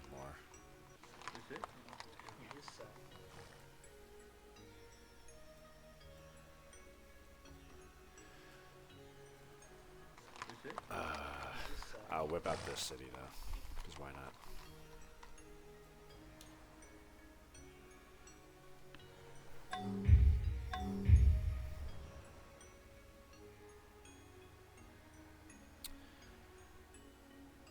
Okay, I wonder if that's going to affect my stability. Losing excess. No, we're getting more happiness for gold. I'm just going to not rock the boat. I'm going to let things calm down a little bit. I can't believe I'm so overexpanded. I'm paranoid now. We're not even dealing instability from having a city raised. Okay, that's fine. Yeah, he's about to die to Mongolia, I assume. That's okay. Ooh, heavy galley. Let's send this to Jong. I want to train another to Jong. That's right. So let's do that soon. Oh, the Mughals kicked us out.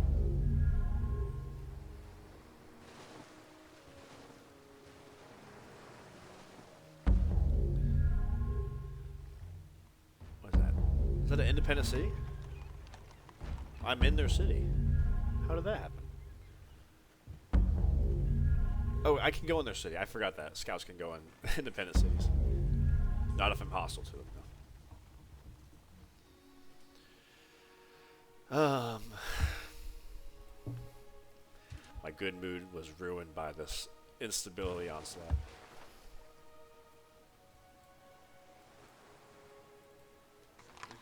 I really don't want to grow anymore.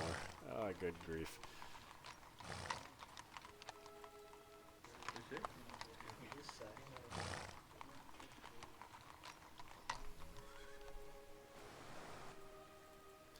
Tell you what, let's steal this sugar plantation so we can get a little bit more food for this core city. I want it to grow faster. Oh, I should have made aqueducts. What else? Yeah, we're good. We're just growing along. I think we'll be fine soon. Hopefully.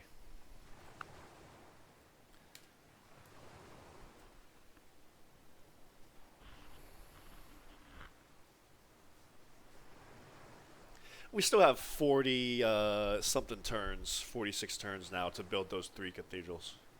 So no big rush. I don't need to whip them out right now or anything.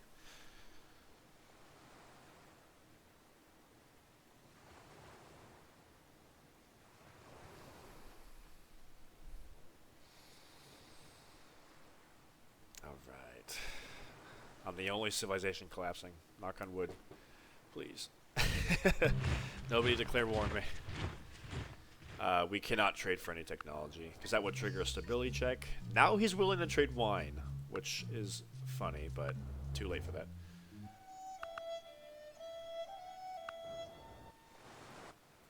Where are you going?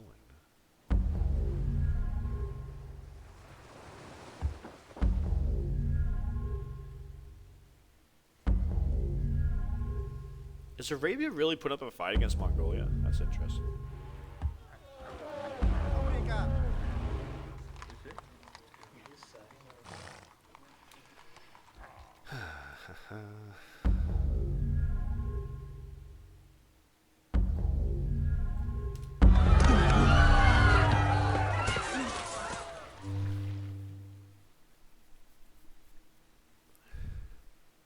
I think I forgot to whip that city on the side of Java for a little bit. Whip out that Gudang. That's my bad.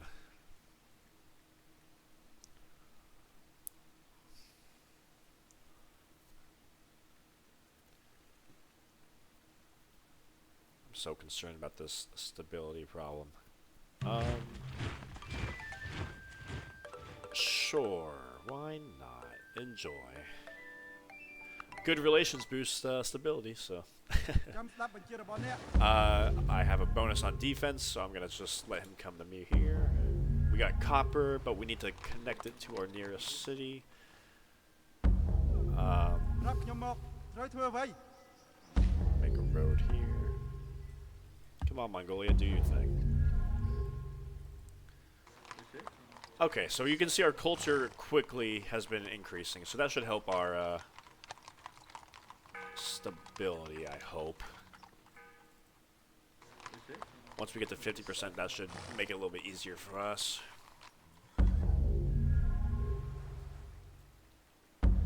Yeah, that's okay. You know, this city doesn't need to be too big. Let's whip out that Gudang. Why not?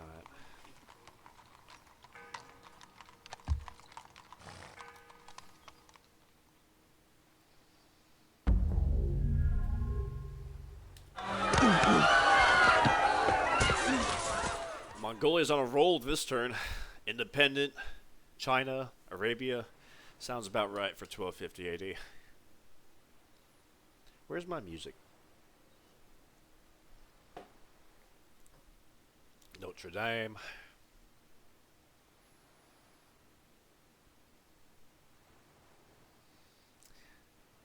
I'll feel a lot more happy once I stop seeing that red icon over on the far right. What is that heavy galley doing? What's that pirate doing? He's going for my galley right there. Yeah, I don't think so, mister.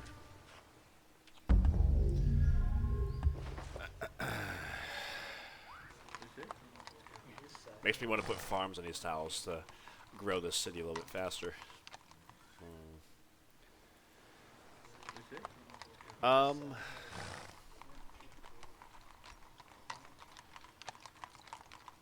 Not bad. So we need 3 more. So this is 1, 2, and then 3. Wait. 3, yeah.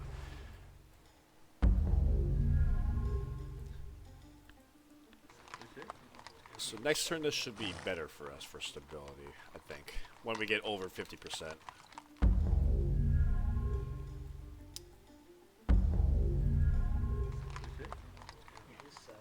I'll try to get this profit a little bit faster, huh? What am I going to do with that great profit? Maybe I'll settle you. I don't exactly know.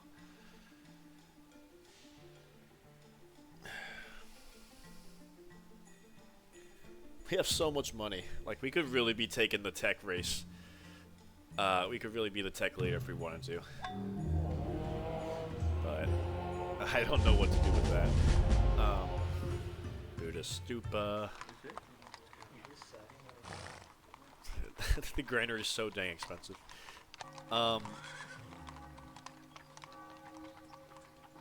Yeah, I guess, I don't know. I might just make a granary just to, so I can help growth along. It's so weird. Because I don't need more wealth, I don't need more science. Just need to keep on doing my trading and building temples. Can we whip out this jail? That would be good, I think. This city has lost its additional stability penalty. Thank you. I'll hold off a little bit on the whipping.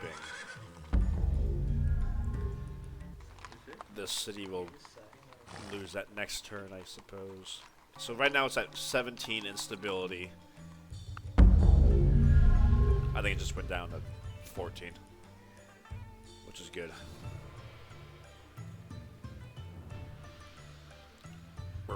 we're approaching more sustainable levels.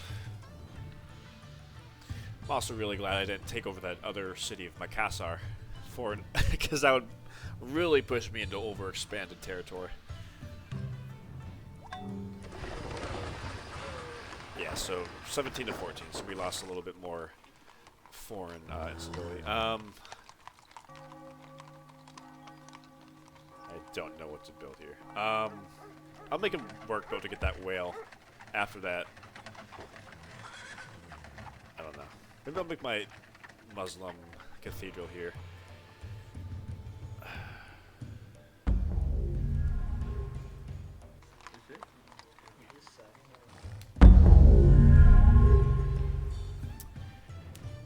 I think we're probably good also to turn off the culture slider. I don't think there's any more stability benefits we can glean from running the cultural slider in any of our cities.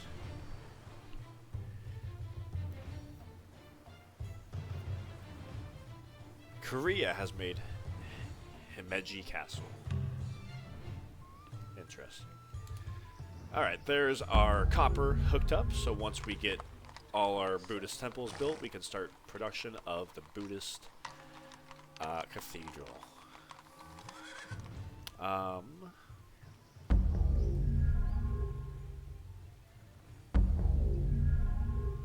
We could get that ivory so we can sell it, I guess.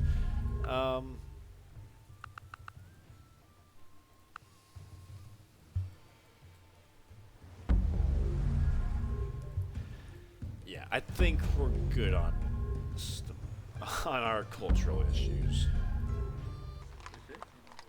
Otherwise, it would tell us we have a little. So.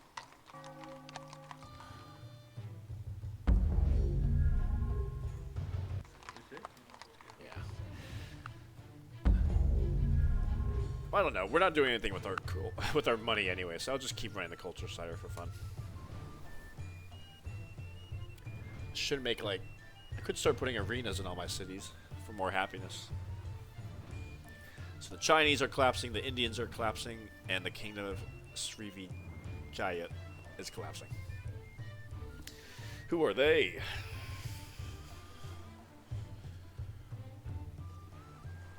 We now officially have 40 turns to make 3 cathedrals and generate like probably 2,000 more. Hey, 2,000 more commerce. Yeah, okay, 2,800. We're doing just fine though. Yeah, we're doing just fine.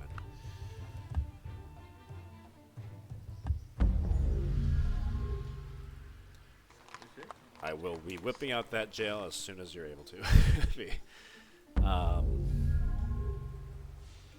I think in all these cities I'll probably make a jail.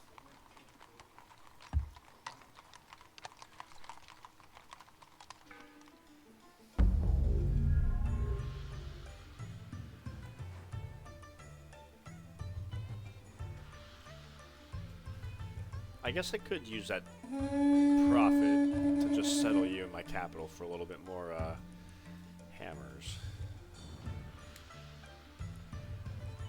So now our ratio is a lot better at 35 to 49. I don't know exactly how much instability that will give us, but whenever we get our great person born, that will trigger a positive stability check. And what the positive stability check is, it checks our stability, but it can only improve it. It cannot hurt it. So we can see if we're safe to start researching technologies again. Those pirates keep trying to get my galley.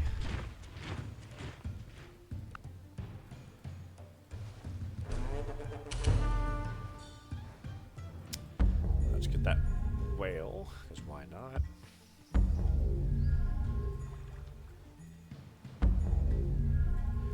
So we can start production of that Buddhist temple next turn, actually. So we will be doing that.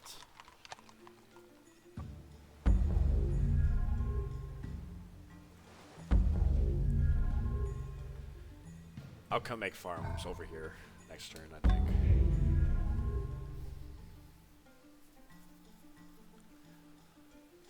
I also hate being unstable or worse because there's a possibility that other civilizations can be born out from underneath you. So I really don't want Java to spawn out from underneath me. So that's why I'm kind of Oh, I forgot about that galley. Um, I didn't know it was hostile units over there. Okay, guys, I am sorry to announce, but this is the second time I had to do a quick restart for this game, for this series. But this one isn't as bad as my Byzantium restart. What happened with this game was my third goal is marked: build a Hindu, Buddhist, and Islamic cathedral in a Malaysian city by turn 1500. I was thinking Malaysian city was any of our cities. No. Guys, when you're playing as a Malay, look at, so you see in the left side, Malayan city is how these tiles are clearly marked. So it's a city on any of these 5 tiles. So what happened was I made a cathedral here, my capital, but that's not designated as a Malayan city. So all 3 of the cathedrals need to be put into this particular city. Okay. So now I know the mistake. I only shaved off like 18 turns. Not a big deal in my opinion. I know it's not great, but it's not like I lost a combat or anything. It's not like I collapsed. I just built a cathedral in the wrong city, so I don't think this is too big of a deal. But I'm continuing on. So first off, I'm gonna work this island, work this workshop, and we can give up this tile for some more food to grow faster, so we can whip faster. So I'm gonna whip out this barracks, I think, so we can, or this granary, so we can get some more growth.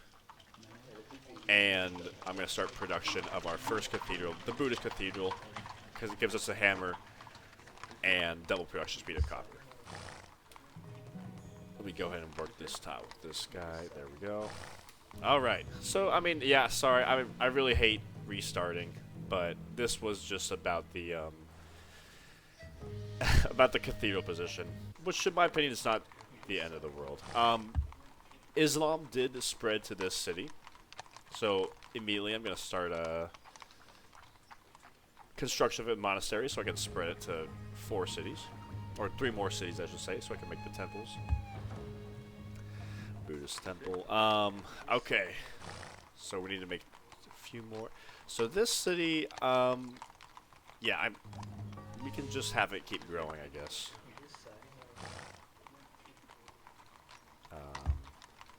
Boom, boom. So now I'm glad that I made a workshop in this tile to give this city a little bit more hammers. But yeah, this city doesn't have great hammers to begin with, so that's okay. Oh man. Now I kind of wish I made a forge here ahead of time. That's my bad. So if you guys are playing as the Malay, make sure that you you have your city prepared and ready to go for all the cathedrals you want to make there. So I should have made a forge here, but that's okay. We did get a great profit, so I can settle him in that city for a few more hammers. And maybe I can get another great profit so I can settle him for a few more hammers. And of course, when I get that cathedral built, I can run some more priests for some even more hammers. Alright. Oops, should have brought that cog over there. Let's get a return.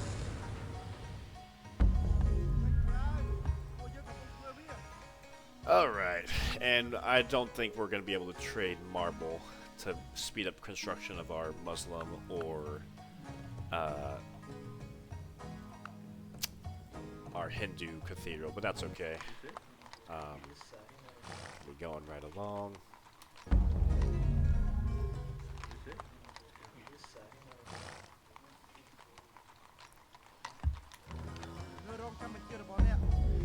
And maybe, yeah, so let's try to get another profit here as fast as possible, because why not?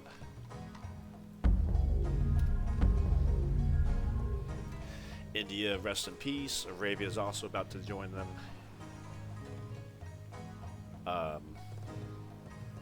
Tell you what, I'm gonna make another Dejong in my capital.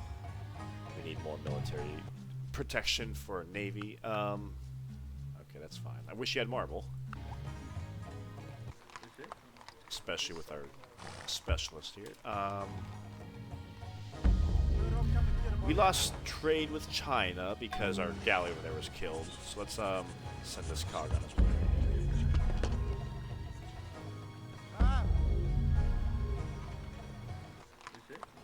Okay.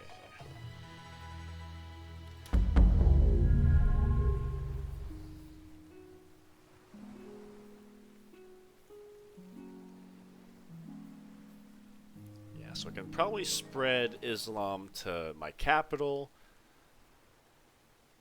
and 2 Masik, and 1 Java City, so I can whip out those Muslim temples as fast as possible, I suppose. Let's come on over here. There's China. They're collapsing as well. Speed up that production a little bit. When you grow, hopefully I can whip that out.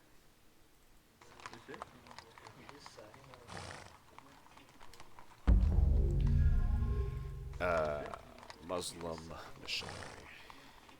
Now whip out this guy. I'll give that gold to the other city. Work a priest because it's an extra hammer. Let's work that tile, yeah.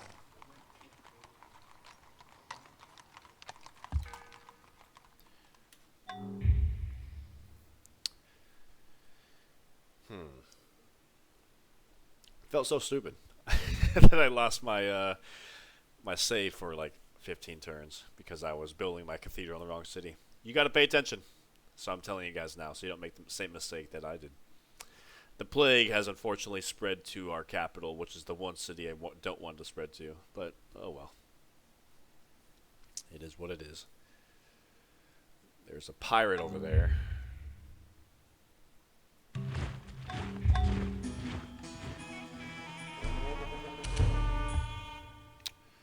Alright. Well, rest in peace, China. I'm sorry to hear that. Maybe we can go get open board or trade connections with Korea and Japan. There we go. We're probably going to lose population. That's okay.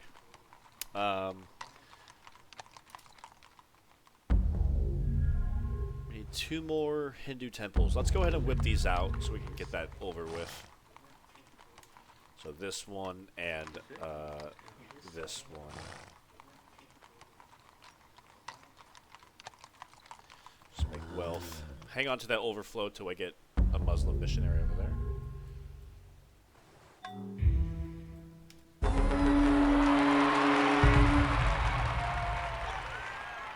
Huh.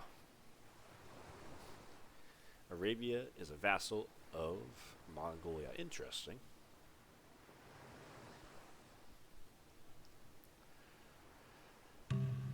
Oh, and I didn't mention, sorry, I hate restarting a save. I did gain a stability check with the birth of my great person, so I am now unstable. And when I get my next stability check, I will simply be shaky. So I'm going to actually pick up another technology real quick if I can. Can I trade for this? Just to make sure I'm stable as soon as possible. There we go. And let's turn off our cultural slider.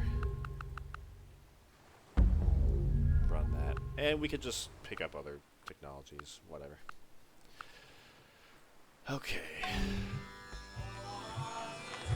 You're going to be starving to death anyway, or dying from the plague anyway, so might as well whip you, I guess, right? And yeah, we can start construction of the Hindu cathedral here. Yeah, Malayan city. Whip out that guy.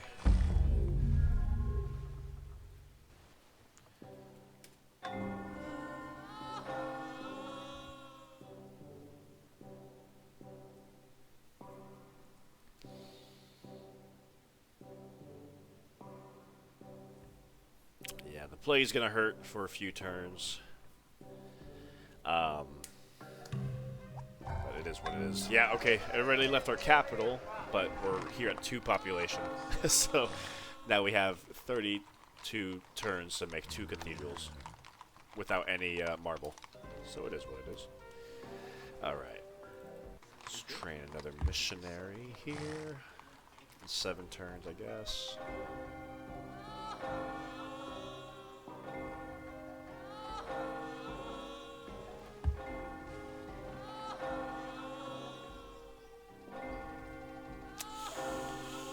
Yeah, bad time. The wharf here. Tell you what, let's make an arena. Get some more happiness. Yeah, let's make it work. We're inching forward. We got a little bit under. We've got about 1,800 more commerce to get, and meanwhile we're gaining 100 per turn. So we're definitely on track to get that goal done before turn 340. And once we get that, it'll start our golden age.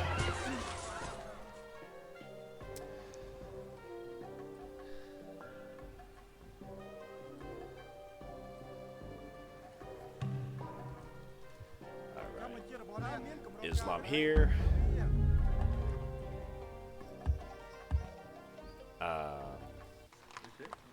Let's get that temple here.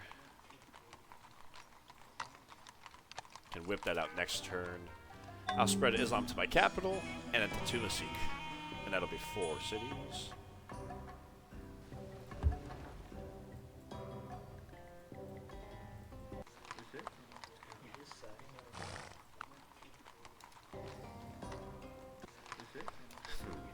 Probably want to make a workshop or something on this tile, so this has access to more production if I need it. Yeah, I kind of want it to grow at the moment.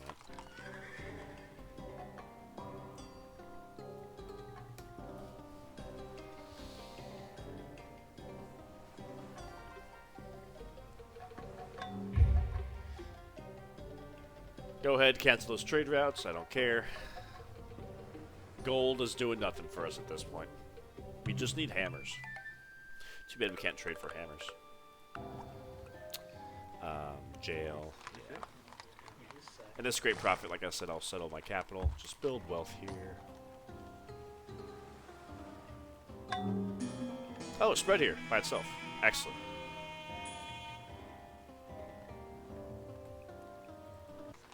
Go ahead and whip out that guy. And we can just, yeah,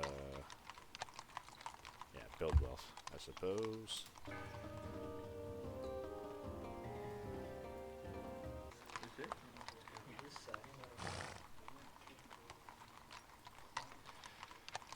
Islamic temple, market, because I don't want to lose those production. Alright. Really wish I'd made a forge into Mosque ahead of time. My bad. Now you guys know for the future, though. At least the plague is gone from our empire. I'm going to come position this Zhang on this island over here. And this is on this island.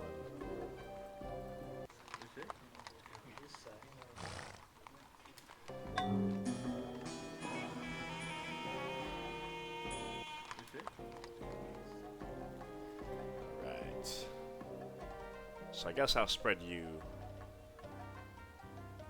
Well, I don't know. Maybe I'll spread you in a 5th city, so I don't have to bother about making a temple in Tunisic. Only cathedrals.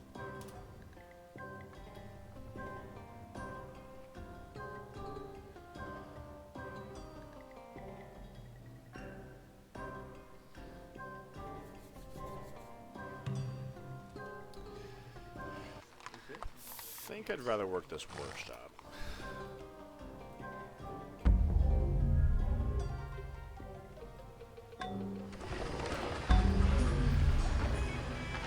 Oh, it's spreading in all of my cities for me. Okay, that's handy. Okay, so I'll finish that one Muslim missionary. I'll make a temple in that city. I'll make a temple in that new Java city. And that'll be 4 cities. There we go.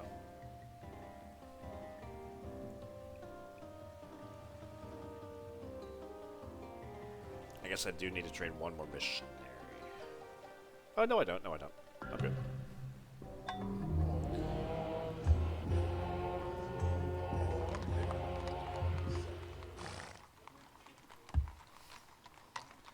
Make a jail here. Reduce instability and maintenance a little bit. Yeah, so we're gonna make a temple here next. So temple, Muslim temple, Muslim temple. Make one here as well. Perfect. And then just spread that missionary here. Rest in peace, Arabia. Your master is following soon after you, the Mongolians. I see they're collapsing. Oh, never mind. Cancel that. But soon, their days are numbered. They're a good trading partner, though. 30 cities I can trade with. That's nice.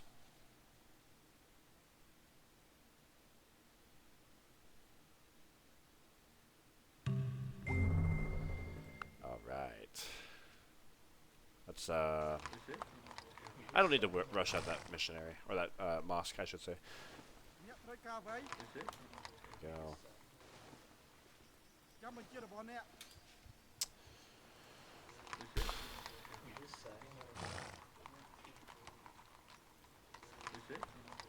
Yeah, so I want to put a workshop here so this can work it a little bit.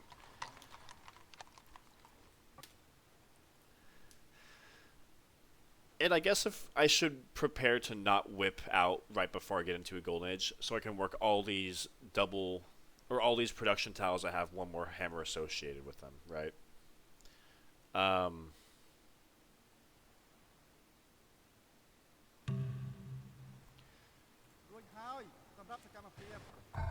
Pick up this missionary. Make a workshop. Yeah, workshop. Alright. So we have 1,000 more commerce to go. We're generating over 100 to get, commerce per turn. We're exactly neutral on our stability. That's really interesting. Yeah. We'll be in a golden age soon, but that's interesting. We're working merchant here with this guy. Don't want it to grow anymore.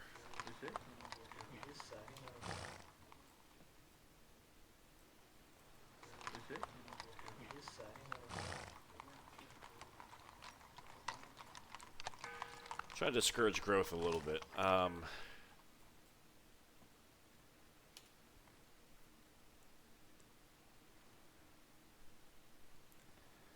Just on the off chance that spreading Islam to Tumasik gets rid of a religion, which can sometimes happen, I'm just not going to spread my missionary there until I finish that cathedral.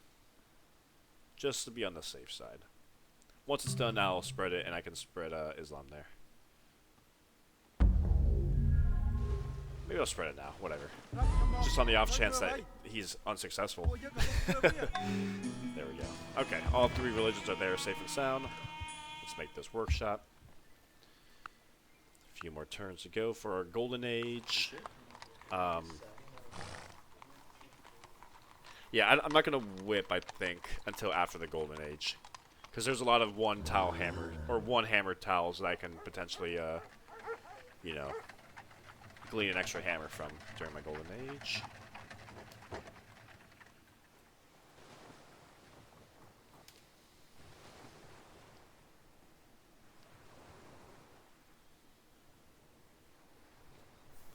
About to get another profit, which is an extra couple of hammers I can use. That'll come in handy. Who's going to collapse first, Korea or Mongolia?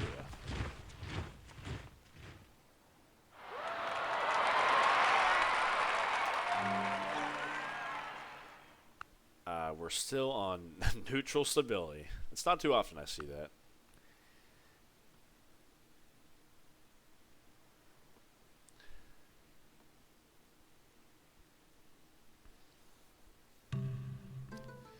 I don't need your olives, thank you very much.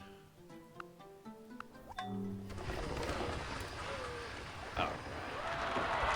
Second missionary on the way. Yeah, make a wharf for a little bit more foreign trade route yield.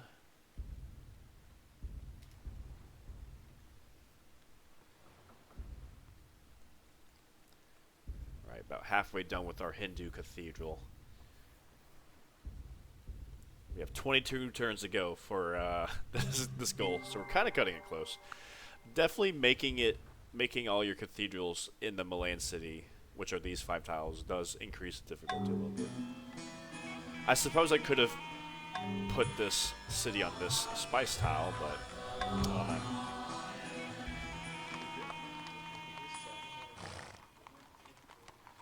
right, get an extra hammer in there.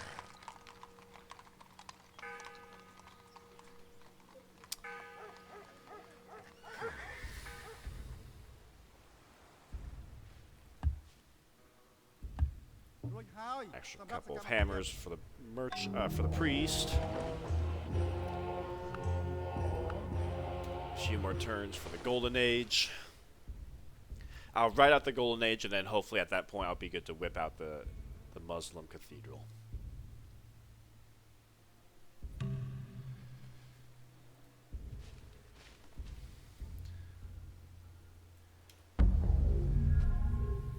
$20 turns to go.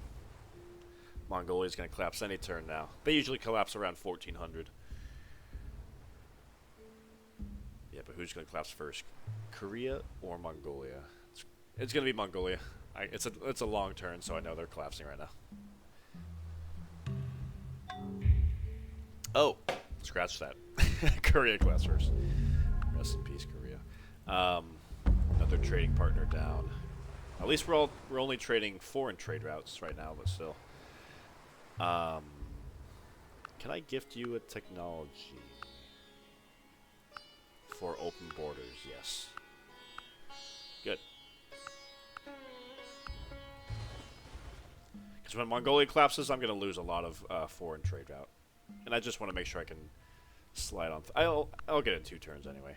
No big rush. So that means our Golden Age should start next turn after this.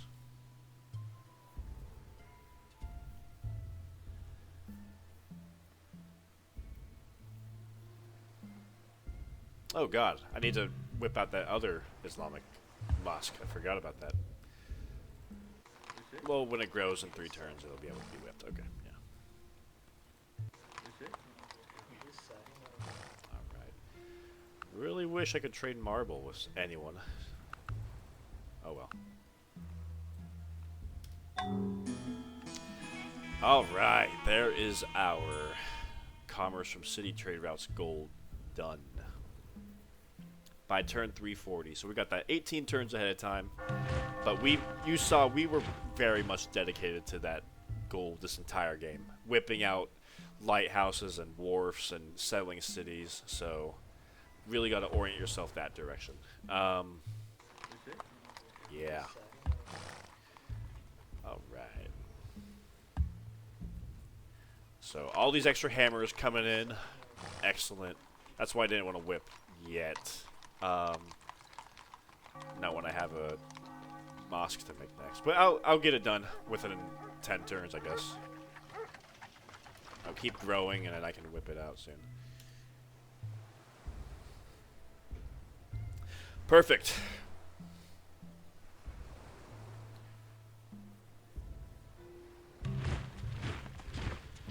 Where are you going? These pirates keep coming out of nowhere.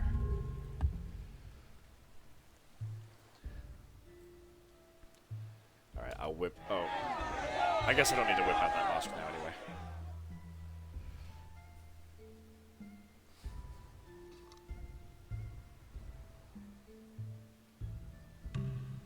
Alright, education. Go ahead and pick up gunpowder, because why not?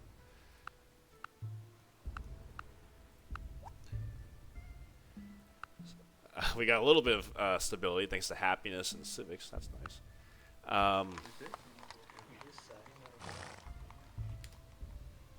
Alright. So we're good to start production of this cathedral now. So once this Hindu cathedral is done,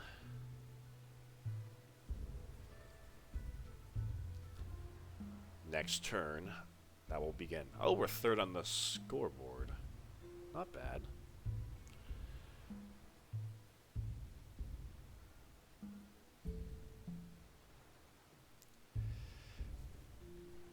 I think now Mongolia is finally collapsing.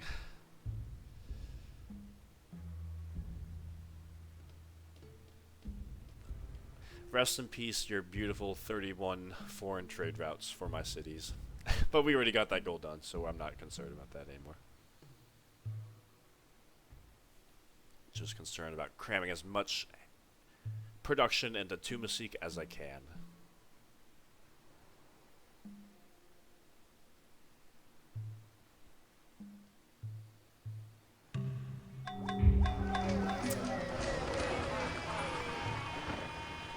I mean, we lost a little bit of trade route commerce, but not too much. We were getting like 137 before.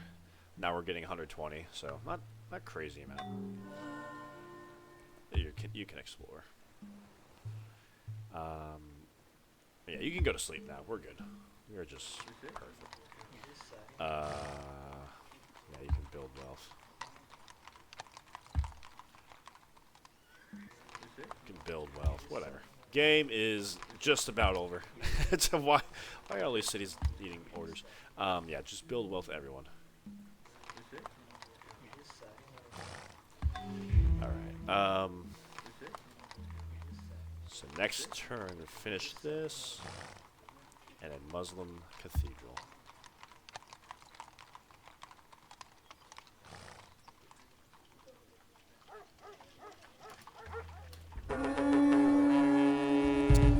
I think Mongolia triggered that final stability check when they declared war, and it collapsed them. Not good. Not good planning on their part. Alright, 10 turns. Well, hopefully less, because we can whip it out.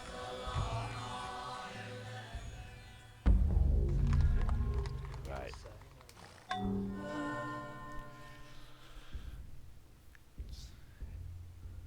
With our deadline of 340, I think, right? 340?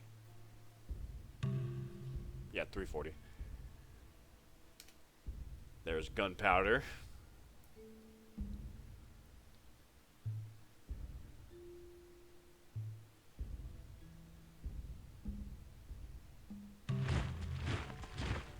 There's Poland. That's interesting. Oh yeah, I have my scout over there scouting. That's why I met him. And the Nubians. Where did you... Poland's over here? Where did I meet Poland? Oh well. Yeah. I think I need 100... I think in 4 turns I'll be able to whip this out, so I think I should be able to win in 5 turns. Because each population whip is 25 hammers. So when I get up to 170 hammers, I can whip it. Sure, I'm in a good mood. Sure, I'm in a good mood. Alright, we're gonna get another great profit. That's nice. So 3 great profits. We're gonna settle all of them in Tumasik.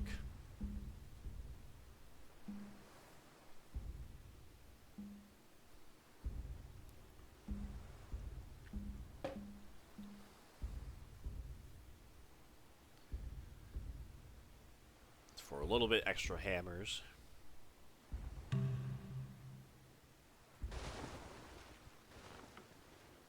You can make a caramel.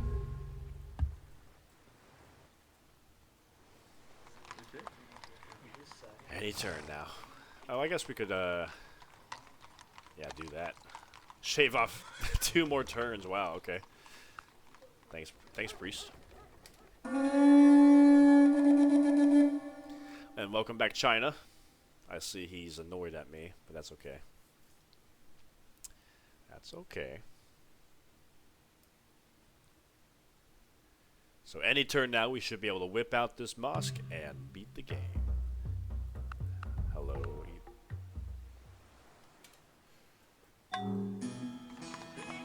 Next turn? Definitely next turn, right? Islam's spreading to all our cities now. Yes, we can. All right. So next turn we should win the game, ladies and gentlemen. All right. Yeah, let's go ahead and settle that profit here, because why not? Yes. All right. All right.